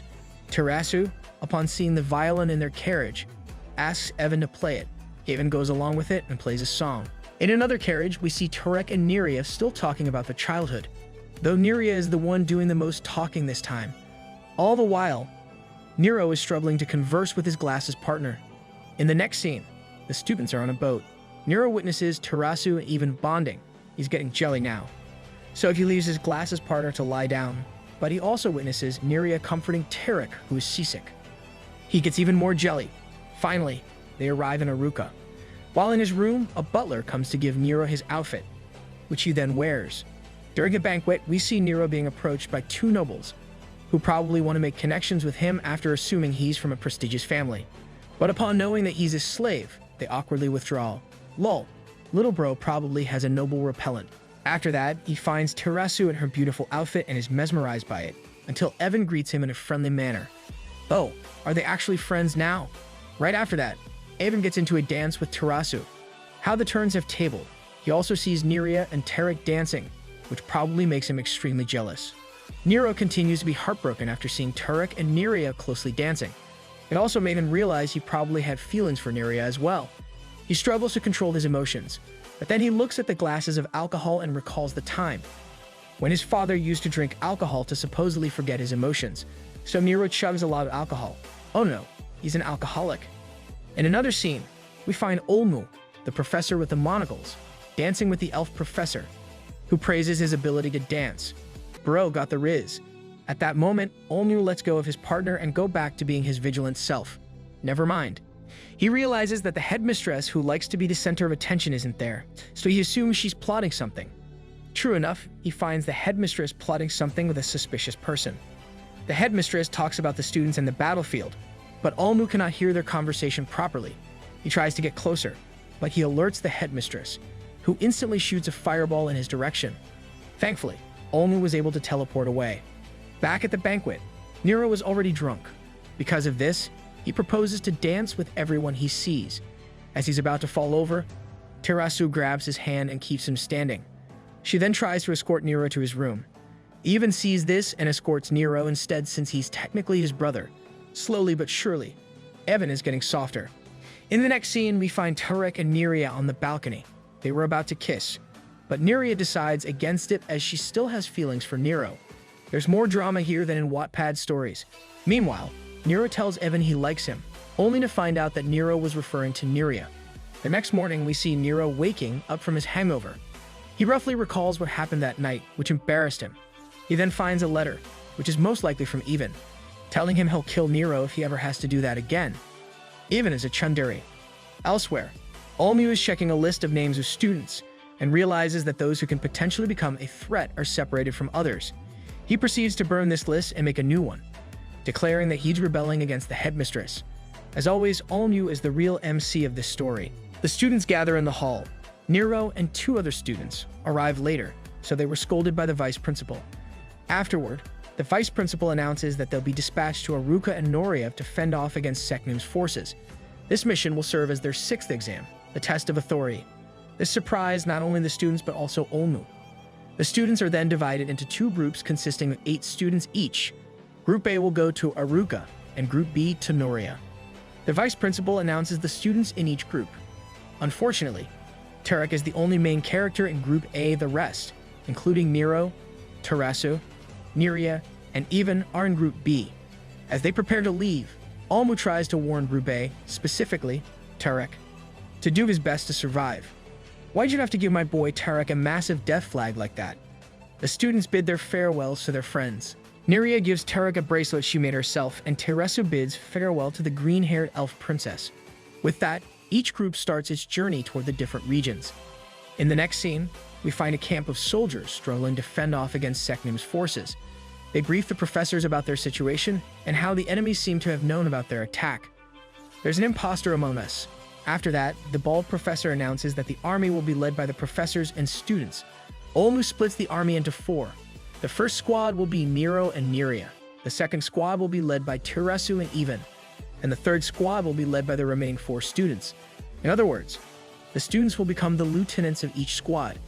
The students didn't know what to do at first, so Gerard, the bald professor, scolds them and tells them they should be more serious than ever as they're on the battlefield. Hopefully, there will also be less drama. After that, each student goes to their platoon.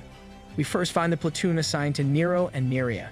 When asked who's the lieutenant, Niria pushes Niro as she's too shy to introduce herself.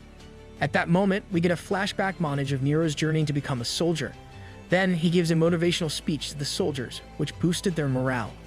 After much planning, the army has decided to set out in 3 hours.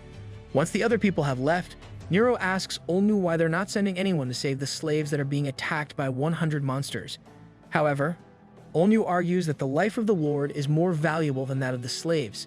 Hence, it is in their best interest to focus on saving the Lord, since they can gather supplies more easily that way, which is far better than gaining 500 manpower. Of course, this upsets Niro, but he cannot do anything as this was an order. In the castle, we find the Lord and the nobles worried out of their minds as they're getting besieged by the monsters. The Lord demands to see Kara, who's probably a powerful officer, but it was revealed that she left 10 days ago to help the slaves. Great. Yet another comrade for our main character. Of course, the nobles and the Lord were upset at this news. Elsewhere, we find a priest, who's probably Kara, maintaining a barrier that's protecting the slaves. Turns out Kara has been maintaining the barrier for a week. Kara, the new MVP. I hope she meets with the MC. The opposing army's leader assumes that the barrier must be weakened right now, so he sends his minion to test it out. True enough, the barrier is becoming weaker, though it's still strong enough to burn the minion's hand. So, the leader commands his underlings to throw whatever they can find into the barrier. Inside the barrier, a soldier tells Kara that reinforcements from the army are coming, but Kara knows that the reinforcements are probably not for them, but for the nobles and the Lord, her adoptive father. Kara then states that she cannot hold on any longer. At that moment, the monster leader attacks and successfully breaks the barrier. Right before the monster kills Kara, he hears the sounds of battle from a distance. We then see Niro fighting the monsters. MC to the rescue. After his valiant entrance, the remaining members of his platoon head toward the monsters. A soldier gets knocked away, but he was instantly healed by Niro. Healer Diff. Seeing the two students' abilities, the soldiers fight with boosted morale. Meanwhile, back in the main army, the bald professor calls for Niro's group, but no one responds. This is giving me group chat vibes when you ask someone for help. Someone then says they went for the slaves, prompting Olmu to realize that this insubordination may just cost Niro everything. At least the MC is following his belief. Kara wakes up and finds that she's still alive. She then sees Niro fighting the monster leader. Meanwhile, the castle is still being sieged. The Lord receives news that the army is sending reinforcements, albeit it's a bit smaller now since Niro's squad is not taking part. Yeah, he's kicking ass right now. The main army remains skeptical since they've already lost part of their forces, but they still proceed to plow through the countless monsters sieging the castle. They manage to enter the outer wall of the castle with the professor's help, but at the same time, the monsters were able to enter the castle where the nobles and the Lord reside. Elsewhere, Niro is held by the neck by the monster leader. Never mind, he's not kicking ass. Niro has his sword deep in the monster's chest, but the monster simply regenerates the wound, so Niro cannot take the sword out. But as the monster is in the middle of trash-talking him, Niro casts a spell and blows up the leader. With that, the soldiers begin to counterattack more furiously. Kara then thanks Niro for protecting the slaves. Yes, is that another ship? During the battle, the slaves thank Niro, but rather than simply accepting their thanks, he encourages them to step up and protect themselves with their own hands. He then explains that he was also born as a slave. With this, he was able to encourage the slaves to take up arms even though slaves aren't allowed to hold weapons. Nice. Plus 500 soldiers. We then cut back to the main army, who are slowly getting surrounded by the monsters. The professors too are running out of mana and stamina, but right before they get completely overwhelmed, the sounds of another battle come from a distance. It turns out Niro, his squad, and the slaves have successfully defeated the 100 monsters and have come as reinforcements. Witness the power of the MC. Niro instructs the slaves to take a weapon from fallen monsters and soldiers if they still don't have one. Then, he meets with Olmu, who slaps and reprimands him for disobeying orders. However, as they are still in combat, they make a battle plan. The monster captains arrive, so they intend to fight them if they want to proceed. Olmu casts a buff on Niro and Avon and instructs them to save the noble and his son. I wish my teammates are as reliable as Olmu. During the battle, everyone heard a voice in their heads. It turns out Kara, the priest, is talking to them using sacred magic. She then instructs everyone to envision the Divine Lord Lugard in the count of 3, and so they did. Because of that, everyone received the blessing of Lugard, a buff that gives them an enormous amount of power. With this buff, they were able to defeat the monsters easily. Now that's what I call support diff. Niro and Even then find their way through the horde of monsters using an invisibility spell. Upon entering the castle, they're met with the main leader, who's holding the Lord by the neck with magic and tells them they're too late. Who cares? He was a useless lord anyway. In the next scene, Kara instructs other soldiers to gather the injured in one area. Once that's done, Kara attempts to heal them with her magic, which she was able to do successfully. However, as more injured soldiers come to her, she was unable to continue as she's running out of mana. Niro sees this and asks how to cast that healing spell. Great, a power-up for Niro. We then cut right back to Niro and Evan, who was easily defeated by the monster leader. The leader explains while holding Evan by the neck that it cannot defeat him since he has the power of Secneum. Upon saying this, a blue trident stabs him in the back. He was able to retaliate since Evan, too, has the power of Secneum, much to the monster's surprise. And with this chance, Niro was able to cut off the leader's head, successfully defeating him. As they say, brothers who kill together, stay together. Meanwhile, Niro is trying to cast the sacred healing magic that Kara cast earlier. She expresses her desire to save the soldiers, and with her earnest request, the Divine Lord responds. So, Niro successfully cast the healing magic, healing the injuries of every ally on the battlefield. Niro is extremely OP. With that, they were able to win this battle and everyone celebrates. After the war, Kara was crowned as the master or lady of the region, since the previous was killed in the previous war. She then declares that slaves can bear arms, seek education, and join the military. Wow. So it was actually a good thing the previous lord died. Nice. Kara then thanks Niro and Niro for coming to their rescue when nobody did. Upon seeing this, Olmu recalls how the current emperor, Muren, made everyone bow before him despite being a slave. And this time, Niro, who's also a slave, was able to make everyone raise their head. Oh, that's probably why the title is Slave B. The emperor is the slave A. In the first scene, Niro is being pulled by tentacles while reaching out for Niro, only to fail. Lol, that's a scene straight out of hentai. But it turns out that has yet to happen. 1 week prior to that, we find the professors planning a battle. This time, the students are grouped into 3, since there are 3 strategic points they should cover. Oh, just like a MOBA then. With that, the students proceed to travel to their respective regions. During their journey, Niro recalls his encounter with Olmu. Olmu tells Niro that while he did save him this time, he shouldn't do this again as he may be executed or even brought back to slavery next time. Of course, this upsets and even confuses Niro, since he's torn about whether he should save unprivileged people like slaves or just follow orders. Seeing this, Niro gives a look of concern. Even after all the drama, Niro is still the best girl in this story. Upon arriving at their destination, the bald professor leads the charge to attack the monsters. Niro finds it easy to kill the monsters, since they're already tired of fighting the soldiers. He then hears a scream from a distance, and finds that Niro is about to get killed by a monster. Thankfully, Niro managed to kill the monster before his attack connects. Niro then instructs Niro to stay near him and don't leave his sight. Oh no, Niro is cucking Tarek too. After a long day of fighting, they were able to kill all the monsters successfully. They were then welcomed by the soldiers inside the castle. However, seeing how weak the monsters are, Juror asks why the soldiers struggled against them. It turns out that they were also busy dealing with slaves that are laying siege upon the soldiers. They probably treated those slaves like trash. Because of the revolt, the supply lines of the soldiers were cut off, hence why they were also exhausted. Upon hearing this, Niro asks the soldiers what they did for the slaves to act like this. However, the soldier responds by saying they don't know what's causing them to revolt. But Niro argues that instigators always forget the terrible things they do. Before they get into a heated argument, the bald professor stops them and asks the soldier to open the gates, as they will attempt to clear any misunderstanding between the slaves. Upon entering, they find a group of slaves ready to attack. The bald professor raises his hand and tells them they were sent by the emperor. So, the slaves lay down their arms. Wow, that slave looks like Slave C. As Niro looks at the slaves, he assumes that they must have been cornered into a dead end, and he knows the feeling well as he has been in their position in the past. In another place, a soldier brings Olmu news that Cephas is leading the charge in one of the 3 fortresses getting besieged. He then instructs the soldiers to send reinforcements that way immediately. Tirasu asks who Cephas is, to which he explains is one of the leaders who can turn people into emotionless beings with only their darkest thoughts.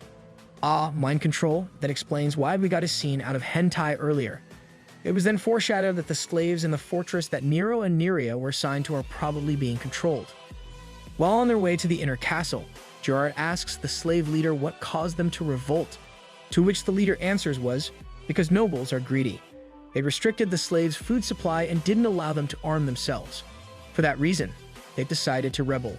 After hearing this, Niro gets upset since he has been on the receiving edge of this greediness in the past. And understandably, the slaves are incredibly furious and want to retaliate. So, Gerard and the slave leader come to a compromise. They agree that would come to the castle to negotiate with the nobles, and if they attack, they will help them siege the castle. With that, they proceed to go towards the castle gates. On the way, they pass by the statue of the Lord, Aslan, who was supposedly a noble known for fighting for the rights of slaves. Well, that seems suspicious then.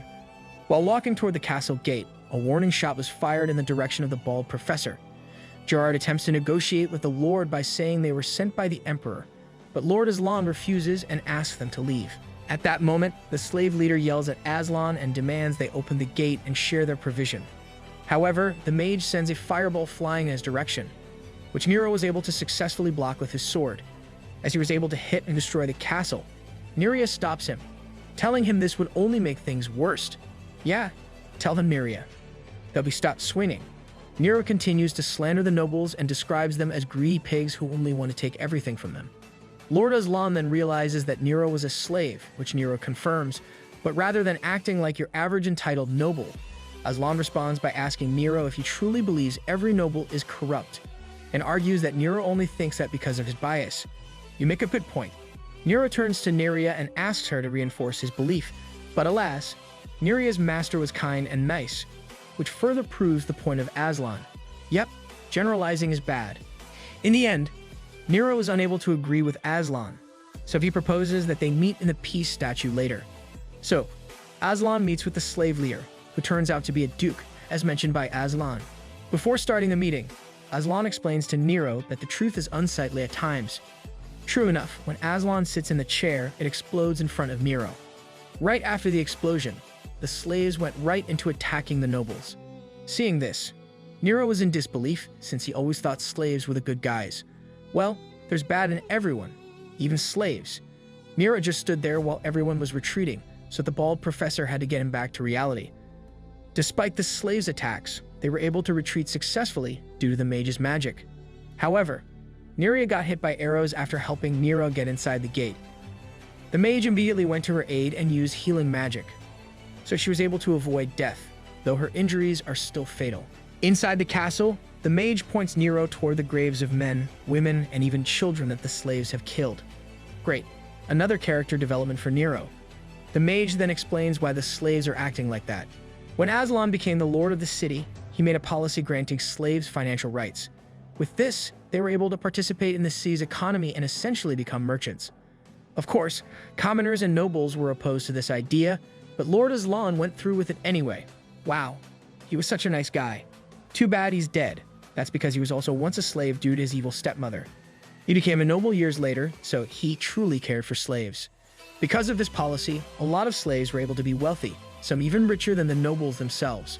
When this happened, the slaves acted similarly to nobles in that they treated those with less money than them like trash. They really pulled out the Uno reverse card. To remedy this, Lord Aslan increased the taxes on slaves, and this caused the slaves to become upset. Then Secneum's forces invaded. When the city was conscripting soldiers, the slaves declined with the excuse that they were not allowed to bear arms. Moreover, when the city distributed supplies, they distributed it equally among the nobles, commoners, and slaves. This upset the slaves who were wealthier than the nobles as they thought it was unfair they received the same amount of supplies as people who were poorer than them. And as such, they revolted. Whenever the city would receive supplies, they would intercept them. So, they just want to have their own kingdom. In short, they had become what they swore to destroy. Naturally, this upset Niro, so he went outside to fight against the rebel slaves. The slave leader was confused as to why Niro, who was a slave, isn't on their side. Oh, I don't know, maybe cause you are crazy. Niro tells the slave leader that they're just murderers who even killed children. The leader responds by saying that sacrifices must be made in the same way the emperor made sacrifices to get where he is. Niro argues that the emperor must have gotten to his position using just methods. With that, he proceeds to kill the slaves. Meanwhile, we find Neria talking about how Niro ends up being hurt whenever he sets out to hurt other people. True enough, while he's killing the army of slaves, he's becoming more guilty. As the battle continues, Niro uses large-scale magic, much to the surprise of the mage. The bald professor explains that this is the power of Shy Candidate. Then, a bird delivers a letter with news to the mage. The letter explains that Cephas is in that city, and if they wish to succeed in this battle, they need to find its main body. This definitely has Among Us vibes. On the battlefield, we find a child holding a knife looking for his father. It appears that he's the son of the slave leader. Seeing this, Niro became even guiltier after realizing that he may have killed someone's father. We then see Niro's shadow slowly getting murkier. Gerard hurriedly runs toward Niro to tell him of the news about Cephas' appearance. In the meantime, the kid searches for his dad. When he finds the pile of bodies, he realizes someone must have killed him, so he stabs Niro in the hand.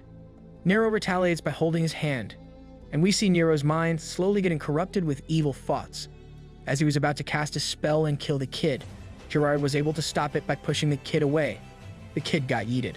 He then explains to Niro that this was a trap set by Cephas. True enough, shadows ascend from the corpses of the slaves. Gerard destroys the shadows and tells Niro to find the main body.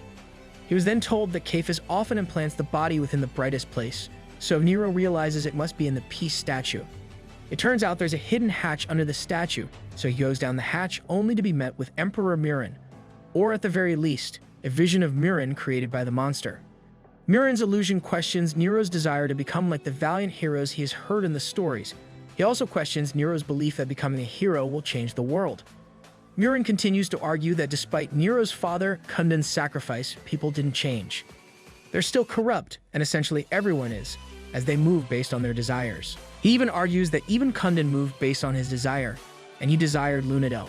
Basically, this Muren is a bitter AF. He continues to corrupt Niro by saying that everyone acts on their desires, his friends, other slaves, and even himself, as Muren convinces him into thinking that he started looking down on other slaves when he got in his position. Upon hearing this, Niro recalls the time his encounters with slaves that were greedy and corrupt, reinforcing Muren's points. Finally, Muren reminds Niro of the nobles that treated him and his family like pigs and convinces him that the desire of nobles was based on not wanting slaves to fulfill their desires.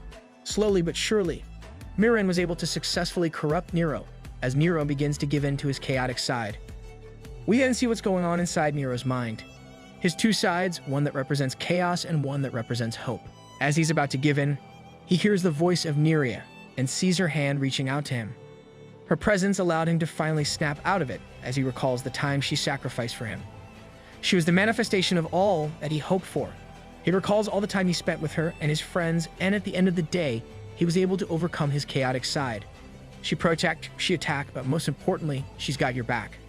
At that moment, Niria tells Niro that he's different from her, in that he has thought himself to not yield or become dependent on someone else. But just once, it would be great if he can rely on someone else, even if it's not Niria. As they say, no man's an island. So, Niro stands up. He then recalls what her mother said when was sold, that Niro must never look weak in front of those that he wants to protect, because if he does, the smiles of others will falter. As he says this, the main body of Cephas materializes from tentacles. Is he the long-lost brother of Squidward or something? Though Cephas was unable to corrupt Niro, that doesn't matter as he can kill him anyway. What he didn't know, however, is that Niro got a huge power-up after having overcome his chaotic side, as he's able to use the entirety of his power without restraints. So basically, Niro joined the dark side, but was able to get back. So, they engage in a fight. Niro was able to slash Cephas, but he retaliates and knocks Niro away. Thankfully though, Niro has a mana shield, much to his surprise since he wasn't able to use this magic before. He understands that he's much stronger now than before as he's able to use spells that he was unable to use before. So, they go for a round 2, that's what she said. This time, Niro is able to overpower Cephas, and during their fight, he recalls the time when the Emperor Muren was training him. Muren explains that everyone has a power, and it's within their heart. Only by consuming the darkness inside them will they be able to awaken their true power. True enough, Niro is able to resonate with the power of Lugard. He then recalls Muren saying that Secneum's forces are weak to this power, so he tries to use it against Cephas. Cephas retaliates by attacking him with the power of Secneum, but Niro was able to absorb the power with his sword. Upon doing so, a scene of Kundan's seal appears in his head. Cephas asks Niro if he inherited Muren's sword, since the legendary sword, Arcdane, was the only one that can absorb everything.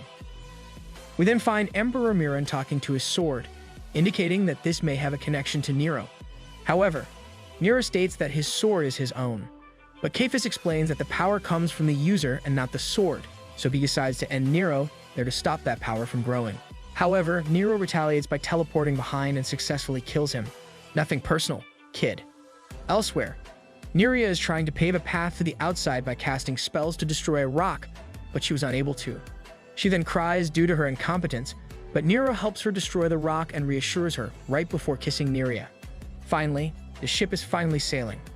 Upon killing Cephas, the slaves and even guards that were being controlled by him loses consciousness and dies. It turns out there were a lot of puppets under his control, and Niro realizes just how much destruction a demon lord can cause. While the slaves did some terrible things, at the end of the day, they were being controlled, and they didn't deserve to die. With this achievement, Gerard and the soldiers recognize Niro and Miria as proper heroes of the Empire. And though he's receiving the honor, Niro cannot seem to be happy about it. On their way back, Neria admires Niro for becoming as powerful as he is, but Niro tells her that he couldn't have done it without her. He also admires Neria for not having fallen to her chaotic side, unlike Niro. Neria is just so incredibly wholesome. Niro then expresses his concerns about his understanding of people, as he has realized that he doesn't know the world as well as he thought. They then arrive at the camp where the two other regiments are, who apparently have won their battles as well. They are greeted by Olmu, who congratulates them for defeating Cephas.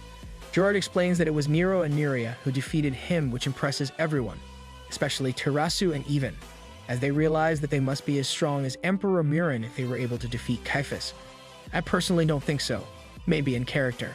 Olmu asks Niro if he's able to find an answer to his question, to which Niro responds by saying he really didn't know much of anything. Olmu was probably hoping for that answer because he says that Niro has grown.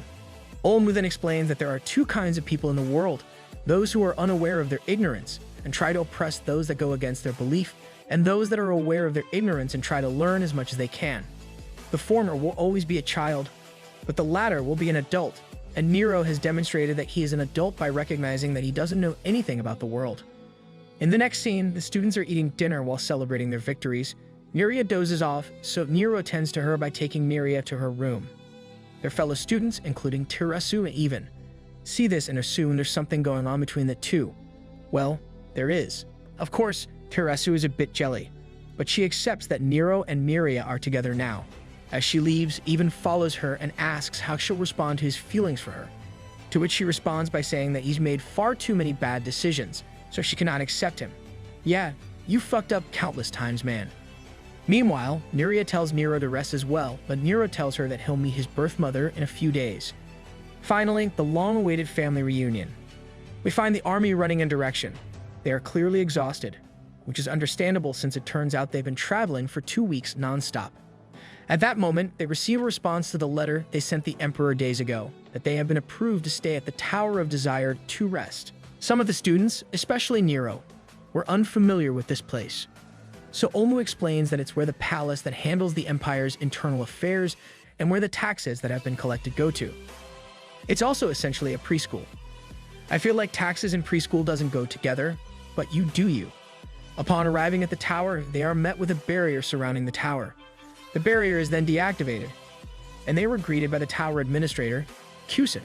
Kusin briefs Olmu about the supplies, but before allowing them to enter, Kusin reminds Olmu that they must abide by the tower's rules. I bet those rules will be bullshit. Right after entering, a kid asks them to fill out a form that consists of a list of questions about their personal information. He then explains that their lodging will be decided based on their answers to these questions. In the next scene, we find out that the rules are that everyone is treated according to their social status. I fucking knew it. As expected, Niro and Neria were placed in the lowest ranks. They were then told by the kid to wear the badges given to them. Niro responds casually, but the kid calls him a muzral, which is probably a different term for slave, and lashes out saying Niro must respect him. Much to the student's surprise, Olmu encourages Niro to just follow the rules since they won't stay there for long anyway, so Niro just puts up with it. No wonder nobles are spoiled brats. They were thought by the adults to become entitled at a very young age. It turns out that Terasu and the other elf princess, Yans, were invited to attend this place before, but they declined since its rules were against their beliefs.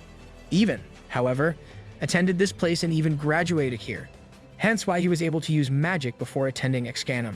After that, Kusin explains to the group that if they go against the rules, they will have to pay for it. He then asks Roina even, Roina being the term for the highest class, to come with him as he has a special room. He asked the two elf princesses, Terasu and Yans, to do the same, but they decline as the two want to stay with the Musrals. Kuzan didn't pursue this matter further. Even, however, follows him. Before leaving, he instructs Niro and Miria to accommodate the two elf princesses while they stay on the same floor. The audacity from this man. Then, they find a huge bowl-like structure filled with liquids. It turns out the defensive barrier protecting the tower is generated from this structure. It's being operated with an enormous amount of ores that are refined manually through the kids' labor. Free child labor. Of course, Niro questions why kids would intentionally come to the Tower of Desire if it forces them to do this kind of work. However, Olmu explains that just like Excanum, graduating from this place is a privilege to most people, hence why people are eager to get in. During dinner, Niro attempts to converse with the Musral kids, but they don't respond. Wow, this conversation is deader than my class group chat. The kid who was facilitating them earlier comes and tells Niro to be quiet since they're not allowed to chat in public places in the first place. The kid then assigns someone to clean up the cafeteria, but Niro complains since he has yet to finish eating. After that, Niro and Niria observe the children playing at a distance. Then, in the middle of their chat, Olmu appears, and apparently, he has learned how the Tower of Desire operates. It turns out that the tower is basically an experimental center, and the Musrals, who are slave kids, are fated to execution, and they can only avoid execution by serving in this place. This is giving me Promised Neverland vibes. That's why they're happy to work. Olmu also explains that, unlike the Excanum Academy, the professors aren't the ones who give scores to the students. Instead, the students in the higher classes are the ones who decide the scores of those in the lower class. So high-class students can expel anyone they don't like? Got it. Elsewhere, Kuzan is talking to Evan and reminds him about the responsibilities of nobles. Kuzan also reminds Evan of his experience inside the tower, where he supposedly made a terrible decision. We then cut right back to Niro, Niria, and Olmu. Olmu further demonstrates the nature of this place by summoning a lot of coins. The kids see this and immediately inform the higher class kid, the Scoff. Upon seeing this, the Scoff instructs them to call the Roines as well. If I were there, I would have taken everything. Olmu explains that they act like this because they were conditioned to only take what they deserve according to their social status. So, since the Musrals or slaves only earn so little, they didn't take any of the coins as they didn't think they deserved it. Instead, they called the higher class students. That's essentially what this tower is all about, an experiment to observe the interactions of kids when they are conditioned to believe certain things. Niro didn't believe this experiment was approved by Muren since he was once a slave. But Olmu explains to Niro that when Muren became the emperor, slavery became stricter. And this tower is a project Muren himself is involved in. So is Muren actually a bad guy? We then see Evan struggling to stand up after remembering his supposedly traumatic experience. Kuzan helps him up and tells Evan he'll take him to the top of the tower. Olmu ends his explanation by saying that the concept of money and earnings is made by the empire to push people to work harder. Only by doing so can they keep the economy going. We then cut right back to Evan. Upon arriving at the top of the tower, they find a laboratory where a couple of bodies are stored in large capsules. It turns out that those are the bodies of kids that were expelled and were about to be executed. Okay, so it's somewhat similar to Promised Neverland. This surprised Evan. Kuzan then points him to a specific body, saying that it was the body of the kid who Evan personally expelled. Evan still remembers the kid's name, which indicates that they might have been close. Oh, backstory time. Meanwhile, Niro still can't believe that the Empire, much less the Emperor, is funding this project. But Olmu explains that Niro doesn't know Muren very well, and he shouldn't act as he does. He ends the conversation there as he tells them that there are other matters in hand. It turns out that the bodies in the capsules are part of an experiment to make a person unable to use magic. Yes, so they can oppress the slaves even more. They're closing the third eye, to be precise, since the third eye is essentially the only way for a person to see or feel magic. The experiment is working, but the speed at which the third eye closes is too slow. Kuzan then explains that they're already doing this by spraying potion through the sky. The worst part about this is that the third eye is also connected to the spirit, so by closing it, a person will also lose their spirit and become more irrational. So basically, like drugs. Kuzan explains that they're doing this so they can more easily control the lower class, since the higher class Roines are few in number and can easily be overwhelmed by the large numbers of slaves. At that moment, Evan sees the body of Max reaching his hand out to him. We then get a flashback of Max breaking a teacup in front of Evan. Evan keeps this a secret, not wanting Max to get punished. In the next scene, Evan gives Max a plate of smoked duck. Evan then explains to him that while he's being taught to kill people, he doesn't want to. I'm starting to like Evan again. He then tells Max that if he kills someone, it would not be him, but Roina. Then we see Max getting caught for trying to steal a supposedly important object, but Max states that he had no choice since he needs to buy medicine for his mother. At that moment, Evan was forced to make a decision regarding the punishment of Max, to which he says expulsion. Then we cut back to the present, where Max begs Evan to kill him. Evan swings his sword and breaks the glass capsule. We see Max cut in half. Damn, he got Marcoed horizontally. Upon witnessing this, Kusin gets upset at Evan since the specimen, Max, was worth a lot for their experiment. Evan rebuts by saying that to the Shadow Lord, Secneum, they're not any different from a worthless worm anyway. That's an insult to worms. However, Kusin argues that they are sons of Lugard, not Secneum, and insists that what he's doing is noble. But Evan counters by saying that Lugard does not condone these wicked acts. He then prepares to cast magic onto Kusin, but only stops him as he enters through the doorway, along with Niro, Neria, and a couple of other people.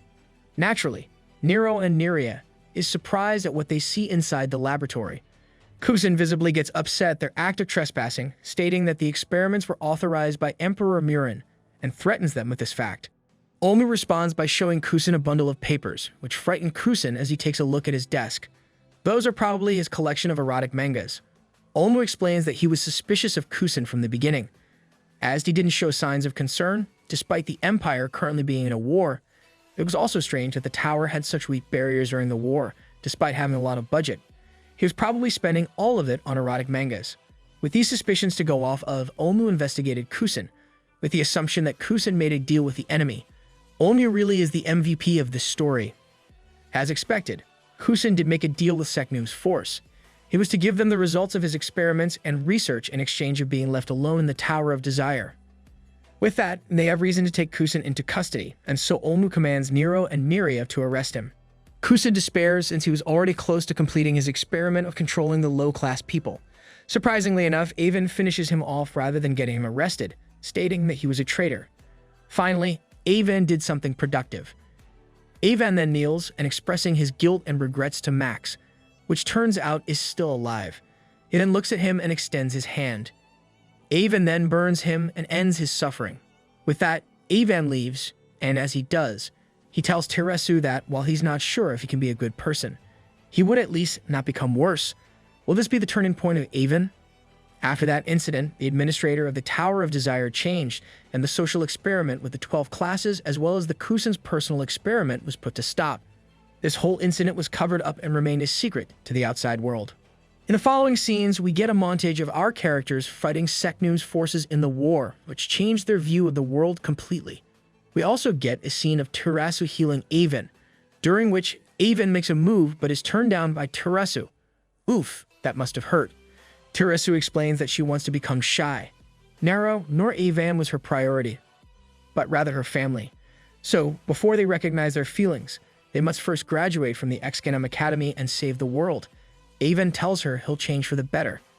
With that, the montage continues as they struggle to fend off against the forces of Secneum. We then see Niro with one of his classmates, Rivero, leading out in his arms. Niro calls for help, but to no avail. As Rivero is about to die, he recognizes Niro and apologizes for treating him badly in the past. Side characters around the MC dies easier, I guess. After that, Niro regrets not being able to save him. The montage continues again, with a focus on Teresu and Evan this time. Then, by the end, they reach Noria, the Elven Kingdom. In the next scene, a gigantic monster is attacking what seems to a wall. Attack on Titan vibes. The monster successfully breaches the wall, allowing smaller monsters to infiltrate. Attack on Titan ship. Elsewhere, a soldier walks in on a room informing Queen Lunadel of the situation. Upon receiving the news, Queen Lunadel tells him that she will help with the defense, but she's clearly not doing well. As such, the soldier is against her decision, since she might come to harm, and that will affect the entire kingdom. Another soldier then barges in and informs them of the arrival of reinforcements, particularly in Excanum's special force. We then cut two Olmu attacking monsters, along with Niro, who kills the discount Titan, causing an explosion and ending the battle right there and then. Titan got one-shotted, Lol. Upon winning the battle, the elven and human soldiers celebrate. Queen Lunadel then arrives, prompting the soldiers to pay their respects and kneel down. As they were standing, Olmu asks why the queen was greeting them personally, as he has heard that Queen Lunadel was unwell, to which the queen simply answers was, because they're the kingdom's savior. After that, the queen welcomes them to Noria and informs them of the great banquet to be held the next day. In the next scene, we find Neria in her room. When someone knocks on her door, it was Niro, who was having a hard time controlling his emotions. Understandably so, since he's about to meet with her mother. Finally, it took them long enough. He worries that her mother won't recognize him, but Neria reassures Niro and calms him down. Elsewhere, we see elves singing in unison. The queen personally greets Tarasu as she is a candidate for the queen position. She also congratulates her for having the highest grade. Tarasu asks for Ruppy, which turns out is her pet when she was young, who has already grown to be a huge ass tiger. During their reunion, the Queen Lunadel asks if Tarasu has heard of a Ruin, one of the 3 elf princesses that was in another group. Tarasu comments that she hasn't heard of her, and turns out her family also hasn't heard of him. Come on, author, you're putting death flags on Tarek like you've just discovered the moon. In the next scene, the students and the queen are eating in one table. The queen commends them for their bravery of representing the humans. She then gives a motivational speech about loving their determination to reach their goals. In the middle of it, Avan asks if the queen also loves the evil side of humans. The queen responds by saying that they despise evil, but they understand that people are imperfect, and they admire that imperfection, as if to call back to Avan's determination to strive to become a better person. Then, Niro also asked a question, but this time, he asks the queen's thoughts about half-elves. The queen then inquires him of his origins, to which Niro answers he's a half-elf who was once a slave. Is this finally the mother and son reunion time? Queen Lunadel expresses her sympathy to half-elves. She explains that they didn't ask to be born, yet they had to face prejudice because of their nature, something they cannot control. They'd also have to deal with the struggles of controlling their 2 characteristics that clashes with each other. The queen tells them that she has always wanted to help half-elves, which is not just empty words, since it turns out she was the one who made the policy to stop the discrimination of half-elves. She's a real one for real. The queen then asks Niro which elf family he's from. When Tarasu was about to reveal that he's her son, Niro interjects and says that he's from a nameless family and his parents has passed away. Say psych right now. He's decided to keep his connection with the queen a secret, much to the shock of his friends. He explains that though he's been through a lot, but his experience has just made him stronger. Neria gets emotional and starts to cry. Shidi's a certified crybaby. After that exchange, the queen leaves. In the next scene, we find Neria, Avan, and Tarasu questioning Niro about his decision to keep his relationship with the queen a secret. They argue that Niro can live a good life and focus on his goal if he's seen by the public as a son of Lunadel. Amidst these arguments, Niro explains that he just wants to be Niro, a soldier of the Empire. Fair enough. He also tells them that the queen is ill, and he's afraid that telling her about his struggles will only burden the queen and deteriorate her health even further. Once the banquet was over, the heroes prepare to set off. The queen then sees them off, but before they leave, she grants them blessings. She starts with Olnu, boosting his magic power. Nice. Olnu can become an even better MVP from now on. Next, she grants blessings to the 2 elf princesses, Yans and Tarasu, enhancing their powers further. She then proceeds to Niro. While granting her blessing, she feels something in Niro. She then instructs him that when the time comes, Niro must find the jewel inside of him. Though she didn't mention who specifically, it's indicated that she was talking about Cumden sealed in the jewel. This also indicates that the queen might have realized he's her son. Well, I'll take that at least. She then continues to grant blessings to each student. As the students were leaving Noria with their horses, Neria admires Niro for holding his emotions despite the emotional reunion. In the next scene, we see a flashback showing the headmistress making a deal with a suspicious man, saying that you should open the gates and make it seem like they've been breached. Then, after that flashback, we see the Emperor Muren basically giving the go signal for that deal. Damn, Emperor Muren is more sus than a venting imposter. Elsewhere, Arun, one of the elf princesses, is fighting monsters while snowing. When she was about to get attacked by a monster, Tarek kills it with his sword. Long time no see. It turns out they are alone and surrounded by monsters. The 2 wonders why the monsters were able to get to that place, when there's supposed to be a magic defense barrier preventing them from entering. The freaking imposters, man. As they were conversing, the clawed monster attacks them and successfully knocks down Tarek. The monster then proceeds to attack Aruin, but she was able to dodge. She shoots him with arrows, but he blocks with his shield. She shoots again, but to no avail. The monster counterattacks by breathing fire. When Aruin was about to get scorched, Tarek blocks the fire attack.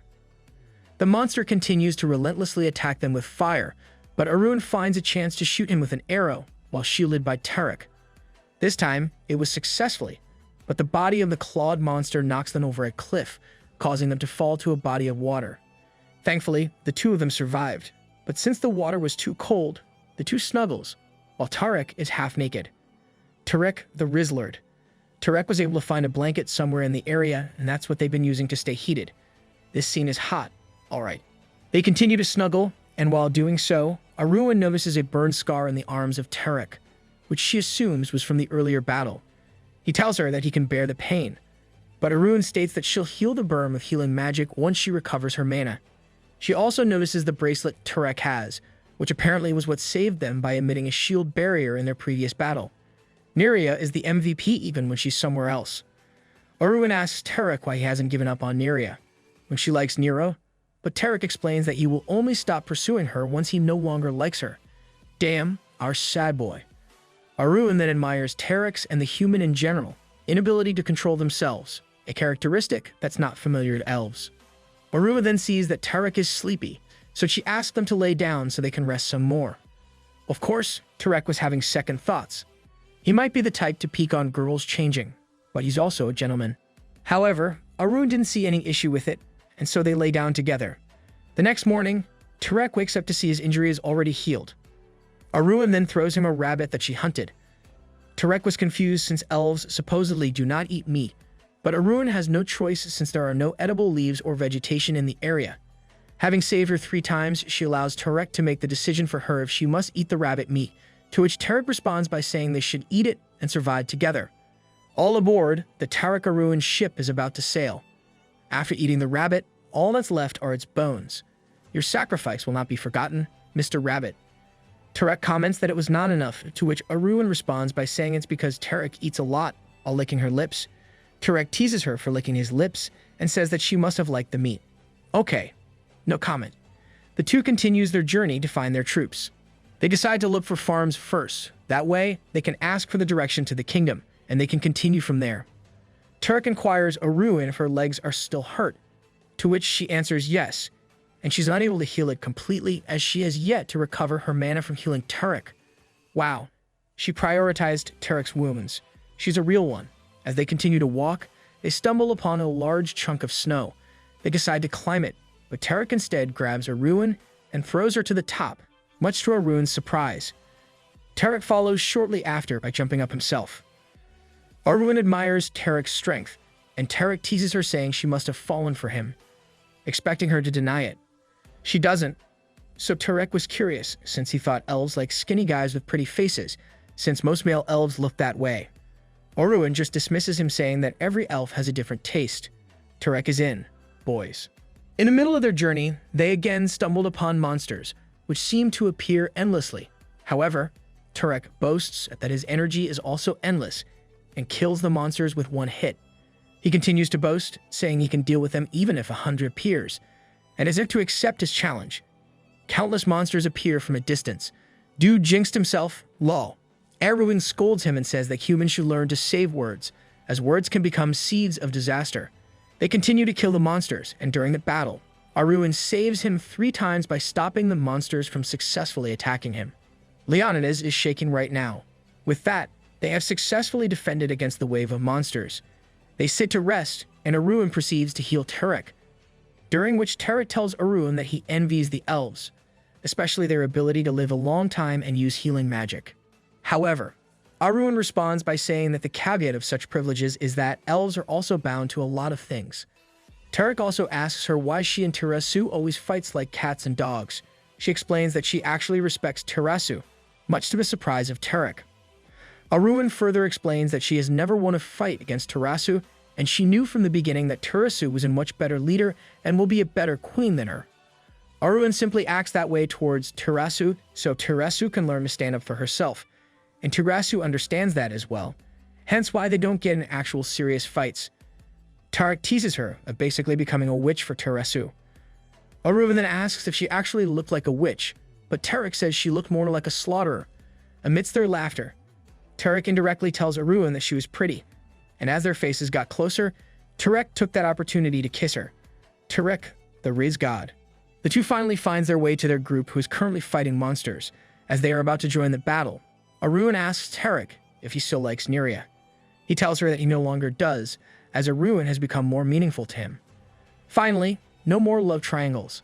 In the next scene, we find the other group traveling. Olmu asks Niro why he was walking instead of riding a horse. Niro answers by saying he felt bad for the walking soldiers. However, Olmu explains that while it's considerate of him to think of the soldiers, it's not necessarily the best thing to do. That's because other platoon leaders will be conscious and may judge him if he continues to walk. There will be leaders who will do the same, leaders who will just do whatever they want and continue riding their horses, and leaders who will bear hostility towards Niro. Even good deeds have consequences, I guess. In addition, it's only natural that leaders ride horses since they must prioritize their health as they have more important roles. So while the gesture is noble, Niro is unintentionally planting seeds of conflict. Niro, being the understanding person he is, takes what Olmu says to heart. Olmu tells him that that's just how politics work, and he needs to get used to it. Despite saying all those things, Olmu gets off his horse. He then tells Niro that he has to say something about Emperor Muren, and tells him to listen silently. Olmu explains that he's a spy from a rebellion, and he was sent to watch Muren and get revenge on the man who slaughtered his family. Olmu has the backstory of a main protagonist. We then cut back to Tarek and his group fighting monsters. Like Tarek and Aruan, the other students in their group wonders why Aruka's magic defense barrier, which should have easily prevented the monsters from infiltrating, was broken by the monsters, these traitors. Just as the students are running out of stamina, the headmistress appears and eradicates a bunch of monsters. Seeing this, the morale of the soldiers and Excanum students are heightened. Meanwhile, a mage appears and informs the headmistress that Secneum's forces had already reached the Eye of Lugard, sealing one of the pieces of Secneum, much to the shock of the headmistress, and the Oscar goes to. Upon hearing this, she informs everyone to head to the Eye of Lugard immediately, and so they do. However, upon arriving to the area, they realize that there were in fact no enemies. When a soldier questions the headmistress of this strange occurrence, she attacks him. Of course, the students and soldiers were dumbfounded by this betrayal. The headmistress continues to kill them off one by one. What a shame. She was a great Ara waifu. As one student was trying to escape, he was stopped by another master. Turns out not only the headmistress, but a couple of other masters are traitors, as they were killed one by one. The soldiers and students panic. A master also comes after Tarek, but he was able to kill him easily. Get wrecked. The battle ensues. Another master comes after Tarek. Aruan protects him as he was still in disbelief. Upon seeing this, the headmistress takes this opportunity to attack them, stating that she'll make use of his blood. Thankfully, another master protects them and tells the two to run. Aruan tells the master to protect others instead of them, but the master explains that they're the only ones left. As he tells them to escape, he was killed by the headmistress. You freaking psychopath. Seeing this enrages Tarek, who becomes a monster with a dark silhouette. The headmistress admires his appearance, which is apparently caused by a power unique to those with both human and high-ranking demon blood, also known as the Berserker. Surely they will survive, right? The headmistress continues to bombard them with magic. So Tarek attacks back, successfully breaking the headmistress' magic shield and injuring her in the process. She then counterattacks and sends Tarek flying. Tarek has got that MC power-up juice. With this injury, the headmistress decides to get a bit more serious in this fight. She casts a powerful spell towards Tarek, stating that while he's powerful, he is still underdeveloped. Aruan blocks the spell with her magic defense barrier. She was able to block it for a while, but it eventually breaks. Thankfully, Tarek comes to his senses in time and blocks the spell as well with the little bit of magic left in the bracelet that Niro gave him. Aruan sees this and tells Tarek that Niro must have cherished him a lot. Damn, Niro has that global support. Aruan then tells Tarek to hold on for 1 minute more as she has a plan. Since the shield is about to break, Tarek tells Aruan to run as he holds off the headmistress, who then increases the power of the spell. Finally, Aruan is able to cast the spell, which turns out is a portal, and it will apparently close as soon as one person passes. The ship hasn't even fully sailed yet, and it's sinking already. Aruan instructs Tarek to enter the portal, But of course, Tarek dismisses the idea as he doesn't want to leave Arun. However, Arun explains that the people who are above the headmistress are most likely also servants of Secneum. Elsewhere, we see Olmu with Niro. Olmu mentions to Niro about the time when he said that he has seen eyes like his before, one that is strong, but is consumed by darkness. Olmu explains that they were one of the families that were protecting the eyes of Lugard. However, 20 years ago, the day of the battle against Secneum, one of their past slaves, as well as the candidate for the Shai, Muren, came back and annihilated the family and destroyed the Eye of Lugard. So Emperor Muren is the imposter all along. Olmu was a little boy back then, but he witnessed the event. As such, he became part of the rebel and acted as a spy by becoming a professor. Hearing this, Niro was in disbelief. We then cut back to Arun and Tarek. Arun tells Tarek that his power is incomparable to Arun's, so it's better if he survives. So, once she finishes her countdown, she uses magic to push Tarek to the portal, leaving her behind. Why you gotta do Tarek dirty like that, author? Olmu and Niro continues with their conversation. Niro asks what rebel forces Olmu is part of, so Olmu talks about the hero who was a longtime friend of Muren. That person realized that Muren was as big of a threat as Secneum. And so, he has a secret army ready in Laurentia, Tarek's home. It turns out that hero, the leader of the rebel forces, is Tarek's father, the Black Knight, Gagan. At least we still have someone powerful in the side of the good guys. Olmu tells Niro that his real name is Retnin, and he comes from the Asbaran family.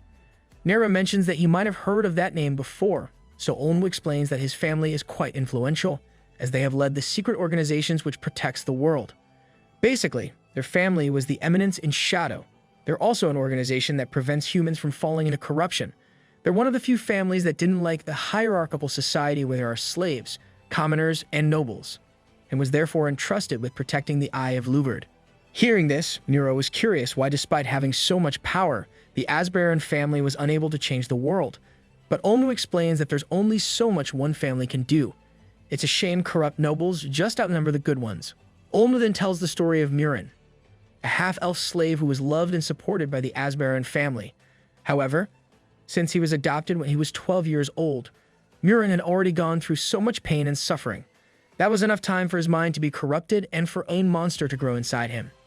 At least he was adopted by a noble family. Niro had it much worse. Seeing his potential, the Asbaran family sent Muren to study in the Excanum Academy. There, he was able to showcase his talent and showed everyone that he is a genius. Apart from his power, he was also charismatic, strong eyes, and soft looks. And in his perfection, everyone viewed him as the perfect candidate for the Shai. Their thoughts were confirmed when Soya, the sword that he was given, became Archdane. Niro was confused since he thought the Archdane, a legendary sword, and it was only later that they found out about it. However, Olmu explains that the Archdane is not a sword, but a title and ability, and only those that are nominees of Shai can permit the ability of Archdane through their own sword. Upon hearing this, Niro realizes that he's a nominee of Shai, as he looks at his sword. Even Niro's sword grows stronger faster than his classmates. Olmu continues his explanation by saying that Muren returned and annihilated the Asbaran family as soon as he destroyed Secneum and split it into 3 pieces, much to Niro's surprise. This indicates that Muren purposefully did this so the 3 pieces cannot be sealed properly. It also means that Muren was the reason why Kundan and Estramas had to die. After hearing this, Niro was angry. Rightfully so, since Muren, who he admired in the past, turns out to be the reason why his father died. Damn, talk about betrayal.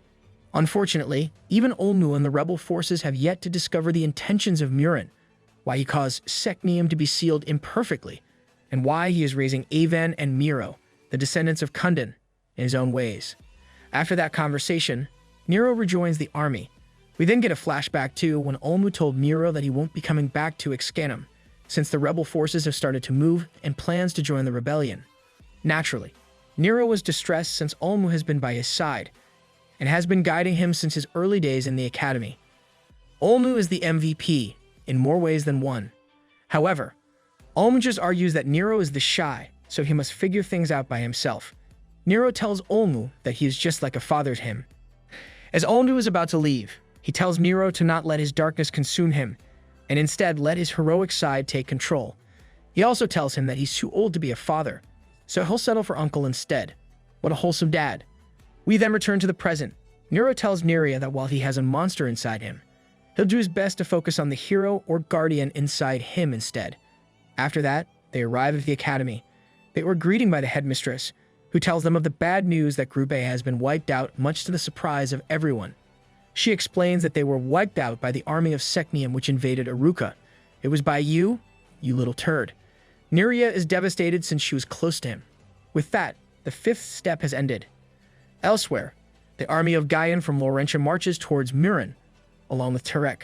Turek asks if such a large army is necessary, but Gaian explains that Muren is just that powerful. Muren is in front of the three seers of Noria, also known as big-breasted Uni Sans, who calls Muren the king of immoral.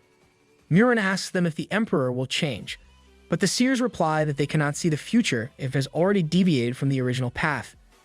Upon hearing this, Emperor Muren gets upset and destroys them, just because they were tedious. I guess you really should never meet your heroes. Muren is just a massive a-hole. We cut back to a grave. The two elf princesses, Terasu and Yans, grieve the death of a ruin. Meanwhile, the headmistress tells them that the dead students are heroes. Hollywood's got nothing on this girl's acting skills. Niro also grieves the death of Tarek, as she cries beside Niro. After that, the students gather in front of the two professors. They express their concern about Aruka and assumes that it has been successfully invaded by the Secneum, seeing as how the group supposed to protect is wiped out. Some of the students are in disbelief since Aruka was supposedly protected by magicians. Wait, isn't that one of the students in Tarek's group? Why is he here? The author probably messed up. They fear that if the forces of Secneum continue their attack and heads to the Emperor, the Empire might collapse. Little did they know, the Emperor is the imposter. Hearing this, Niro shows his concern of Noria, which has apparently already lost their defenses as well and is having a hard time protecting themselves. However, they have a last resort, an ancient magic that will cut themselves off from the rest of the world, which they can use if the human empire, Valencia, were to fall. I use that magic all the time. Maybe I'm an elf. During this discussion, Gerard wonders where Olmu went. That night, the headmistress meets with Avan and tells him that this will be their last class. Avan asks if it's possible to save his father if he were to become as strong as the headmistress. The headmistress responds by saying that the only way to save Kundan is to use the same power that is sealing him, the power of Secneum. Little Avan is getting bamboozled real hard. She explains that using the power of Secneum is also the only way to stop the three pieces from combining with one another. Oh wow, how convenient must that be? She continues by saying that only those with noble mana blood like Avan can pull this off. And with that, Avan asks the headmistress to go on with the last lesson. Meanwhile, Niro is alongside Niro, who must have passed out after crying so much.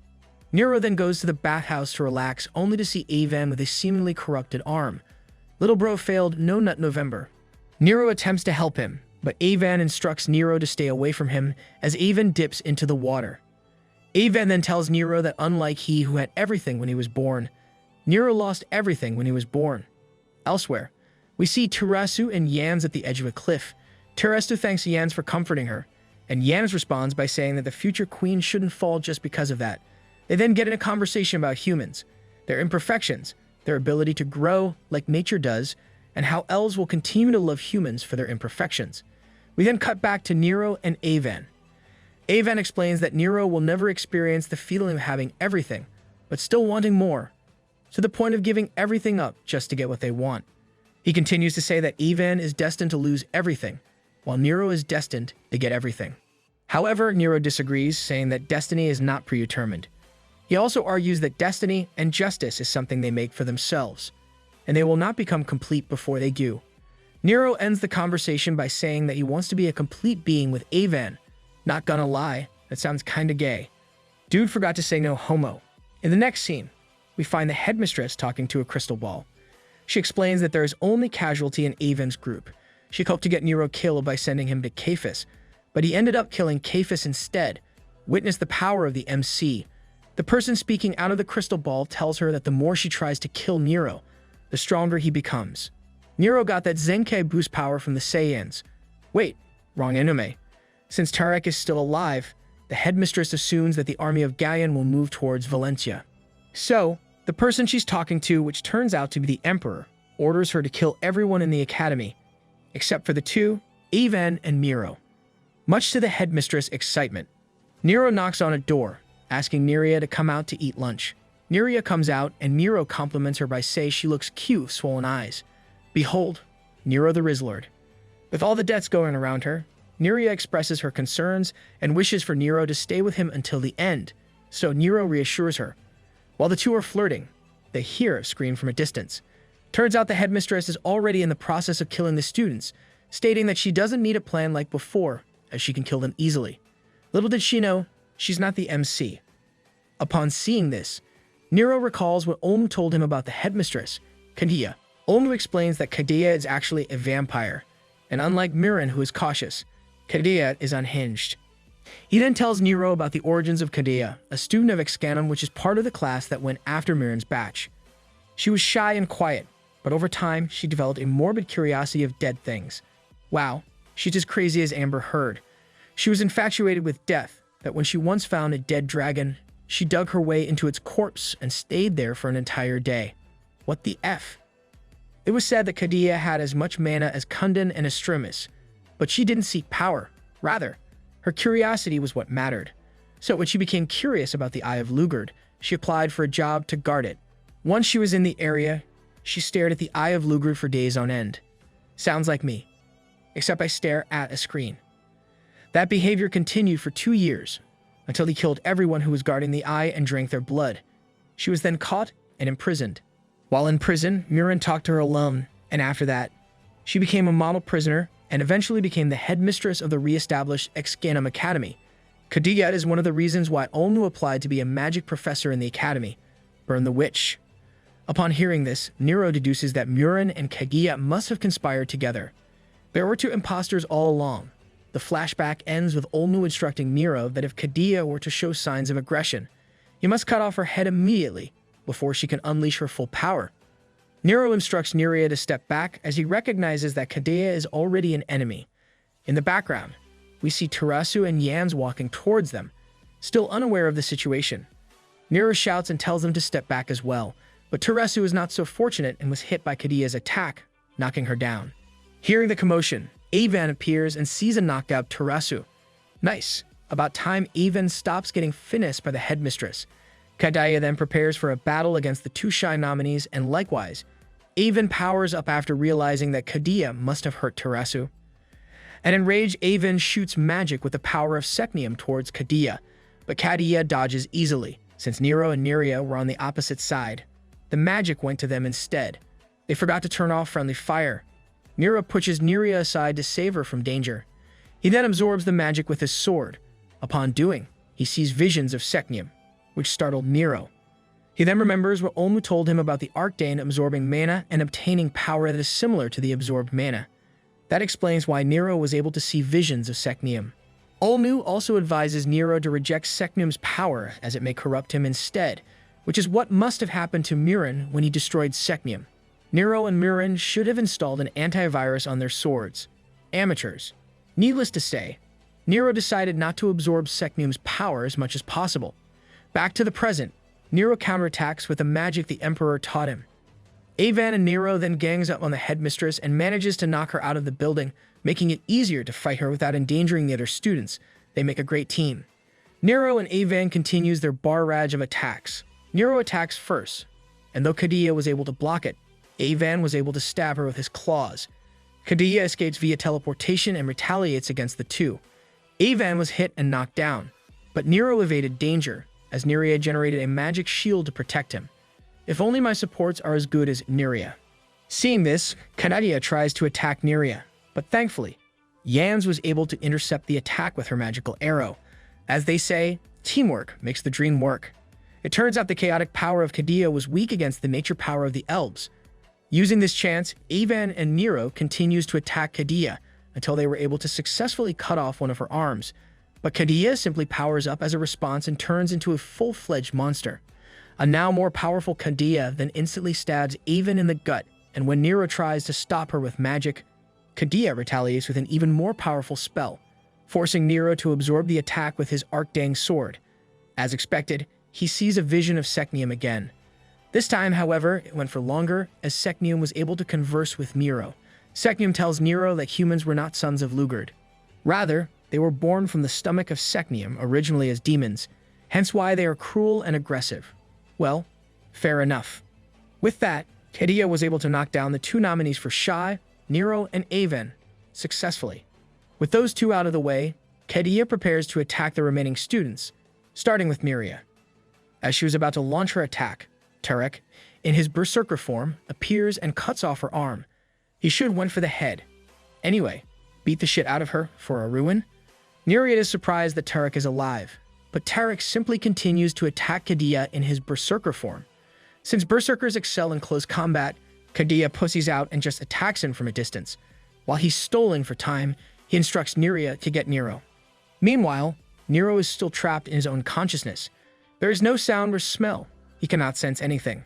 Little bro got sent to the Shadow Realms. But then a sprout of light appears and greets Niro. It explains that it has already met Niria, but it's the first time it's meeting Niro.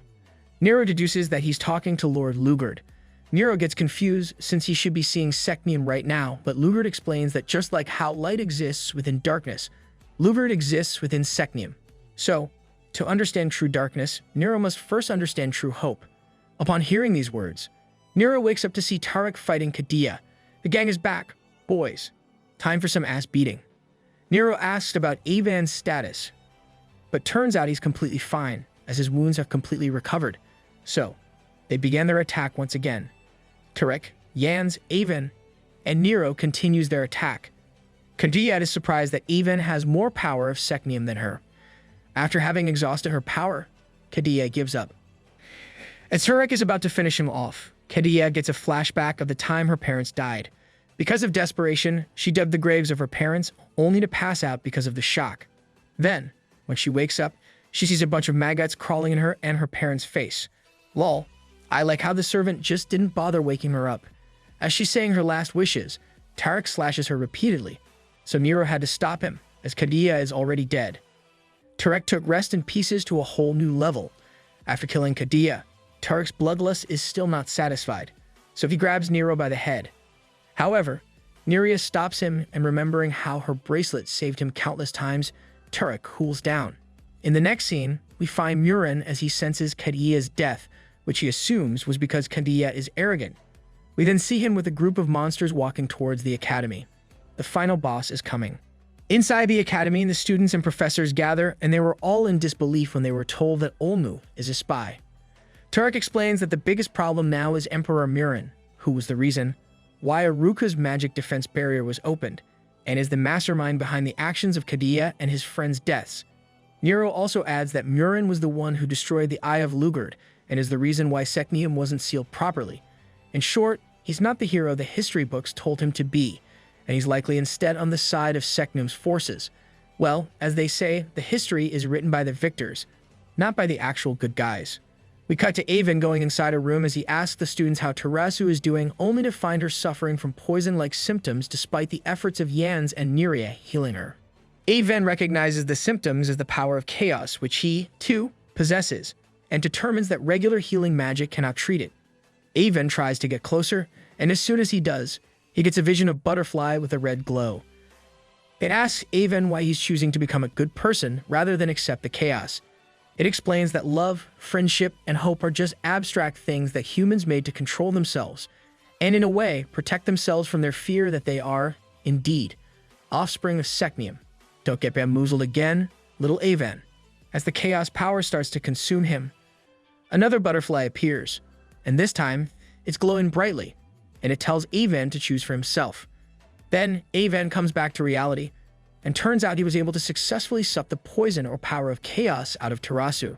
With that, Tarasu is now out of danger, until suddenly, a frog-like monster attacks the academy. Damn, when did Kermit the Frog get buffed? The elf professor was baffled by the monster's appearance, since the Excanum Academy should have been hidden by magic, but Niro deduces that the monsters must have been led by Muren.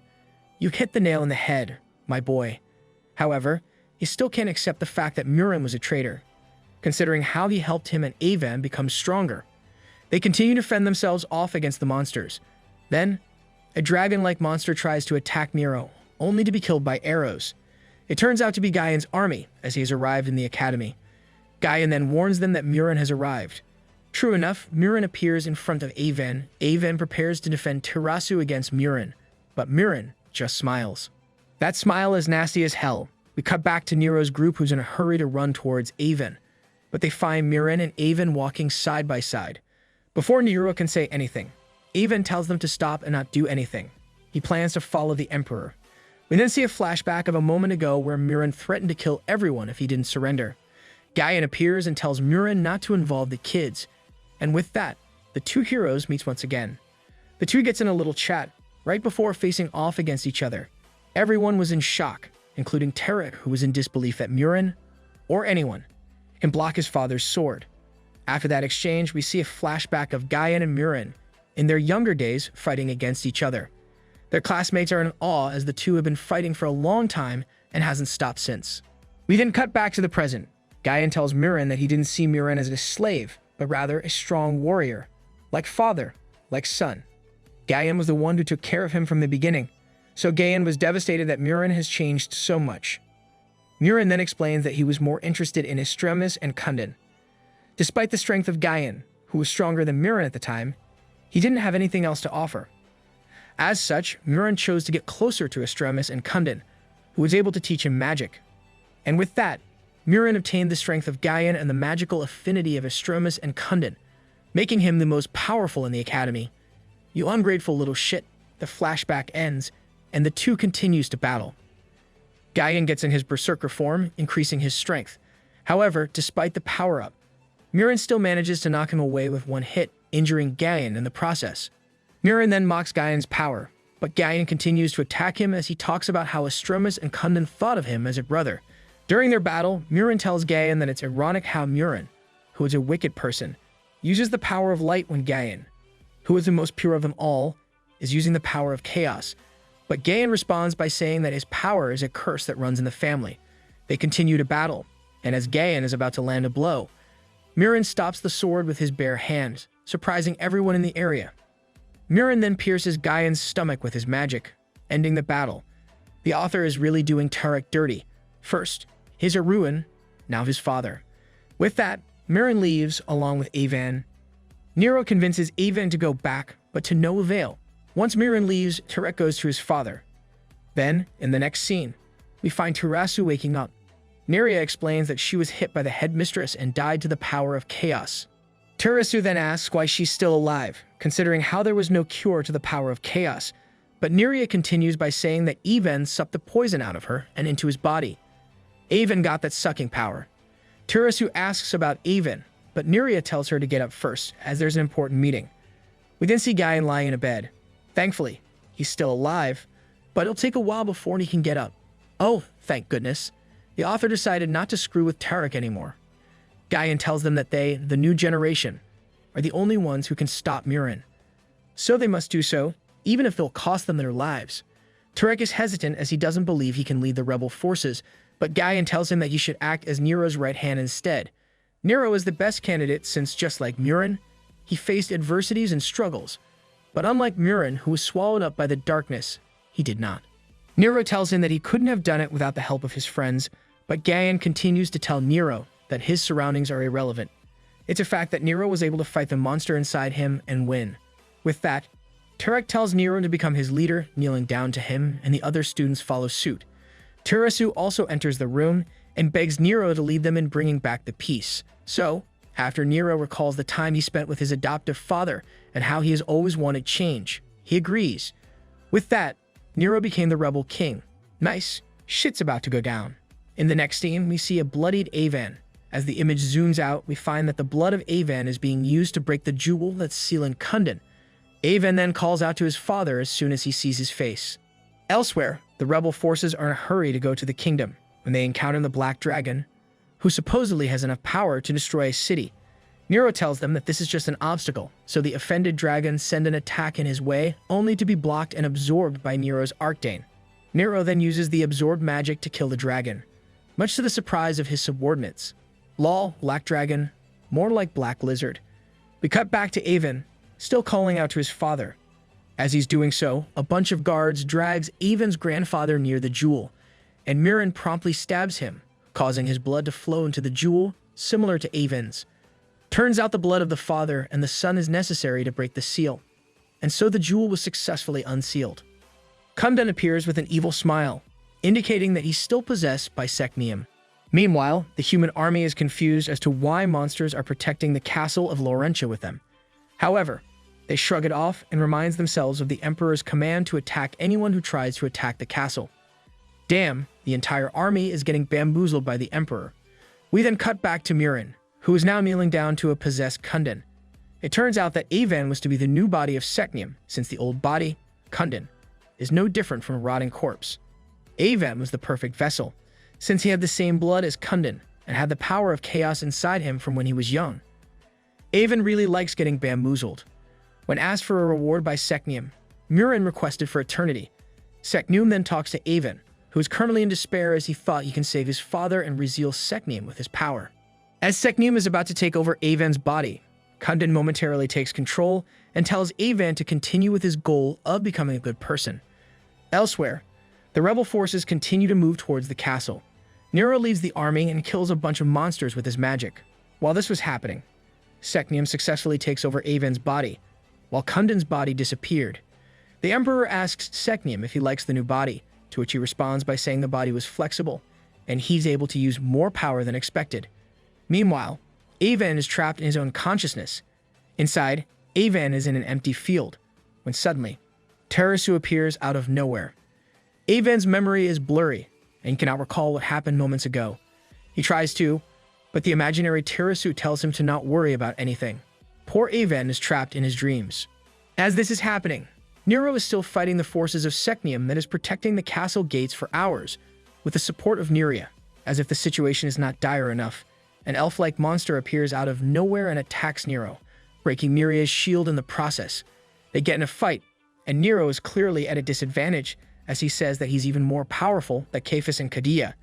As Niro is about to get hit, he is teleported away by Olmu. I've said it many times and I'll say it again, Olmu is the MVP of this story.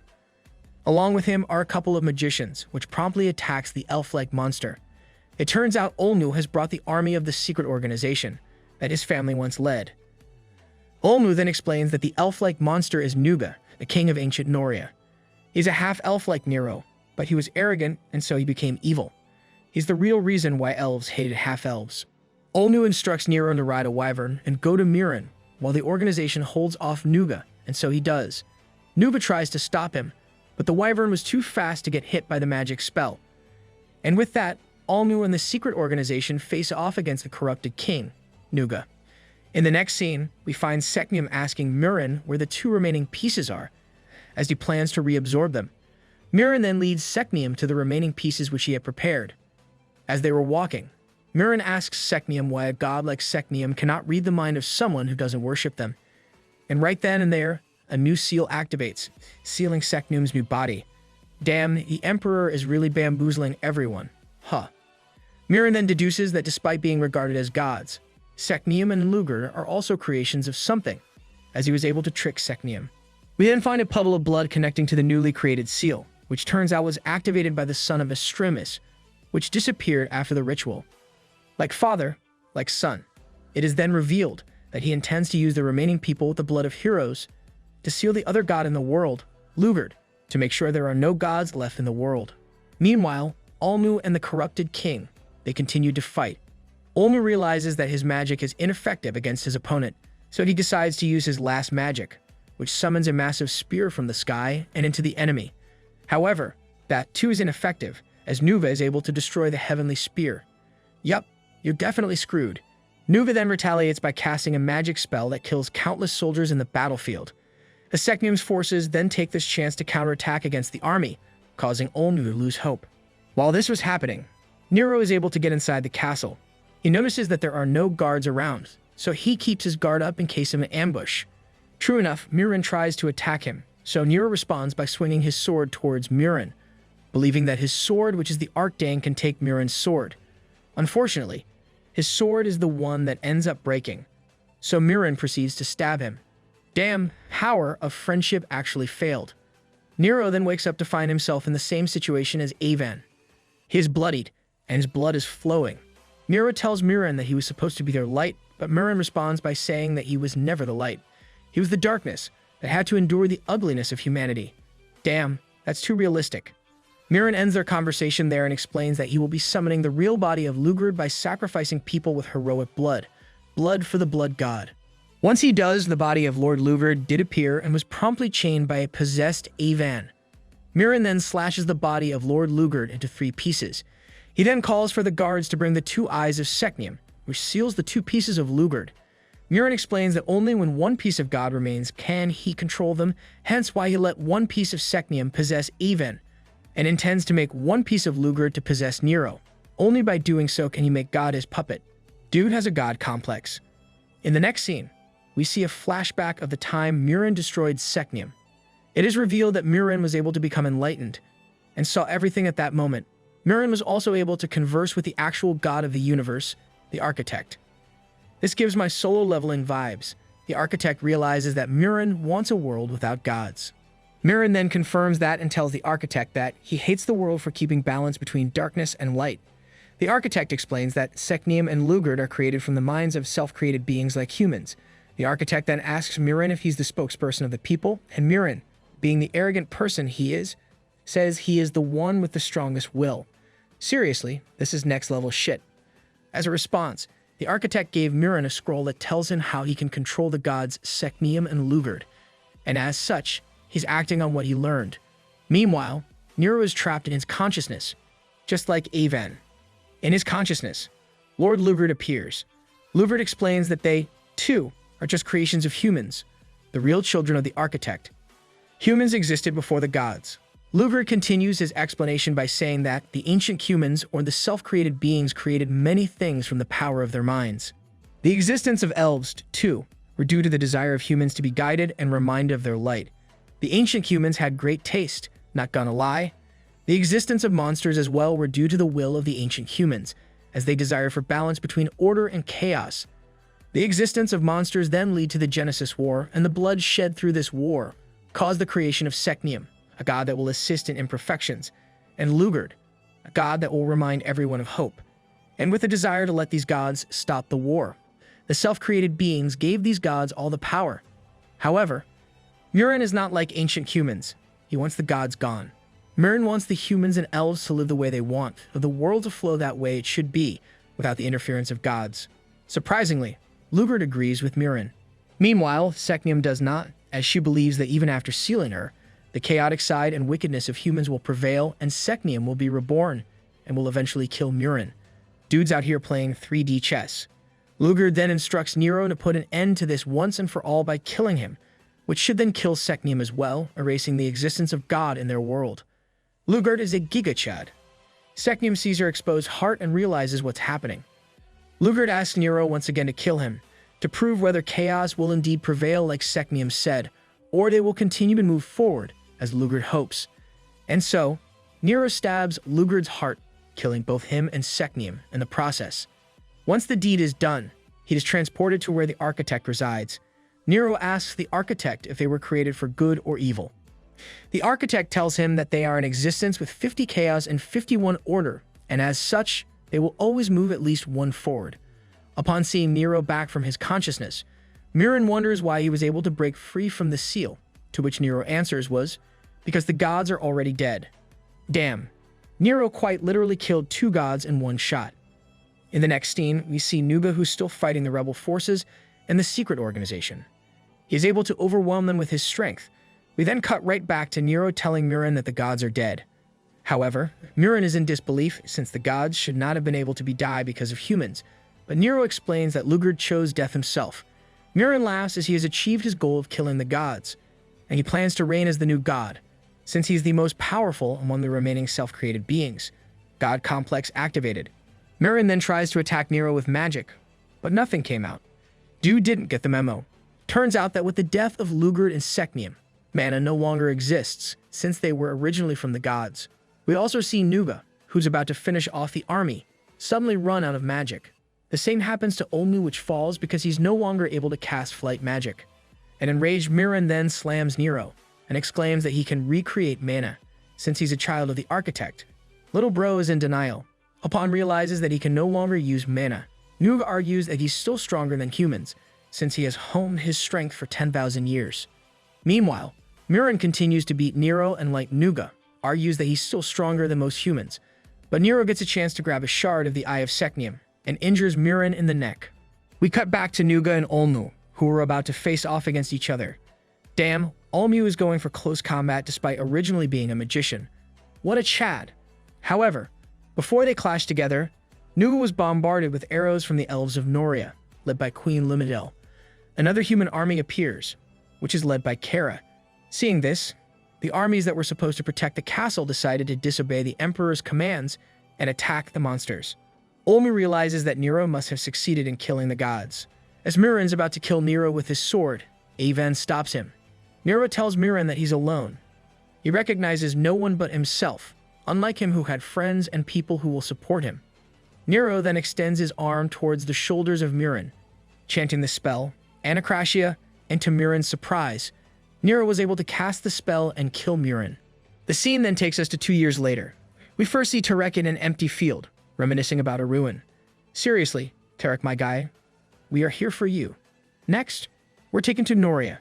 Teresu is now the queen, and was informed by one of her subordinates that Luminil went on a trip. Next, we see Avan, who has become the emperor. He declares that slavery will be abolished. Who knew Avan would end up being a likable character in the end. We then see a flashback of Niro telling Avan that he cannot go into politics as a half-elf, so he gave the responsibility of leading the people to Avan. Of course, there are disagreements to Avan's decree. Meanwhile, Queen Lunadel and Olnu find their way to a village, which is revealed to be the place where Niro is staying along with Niria and his siblings. Niro, the second slave who found himself in darkness, but unlike the first, was able to find the light, the slave bee,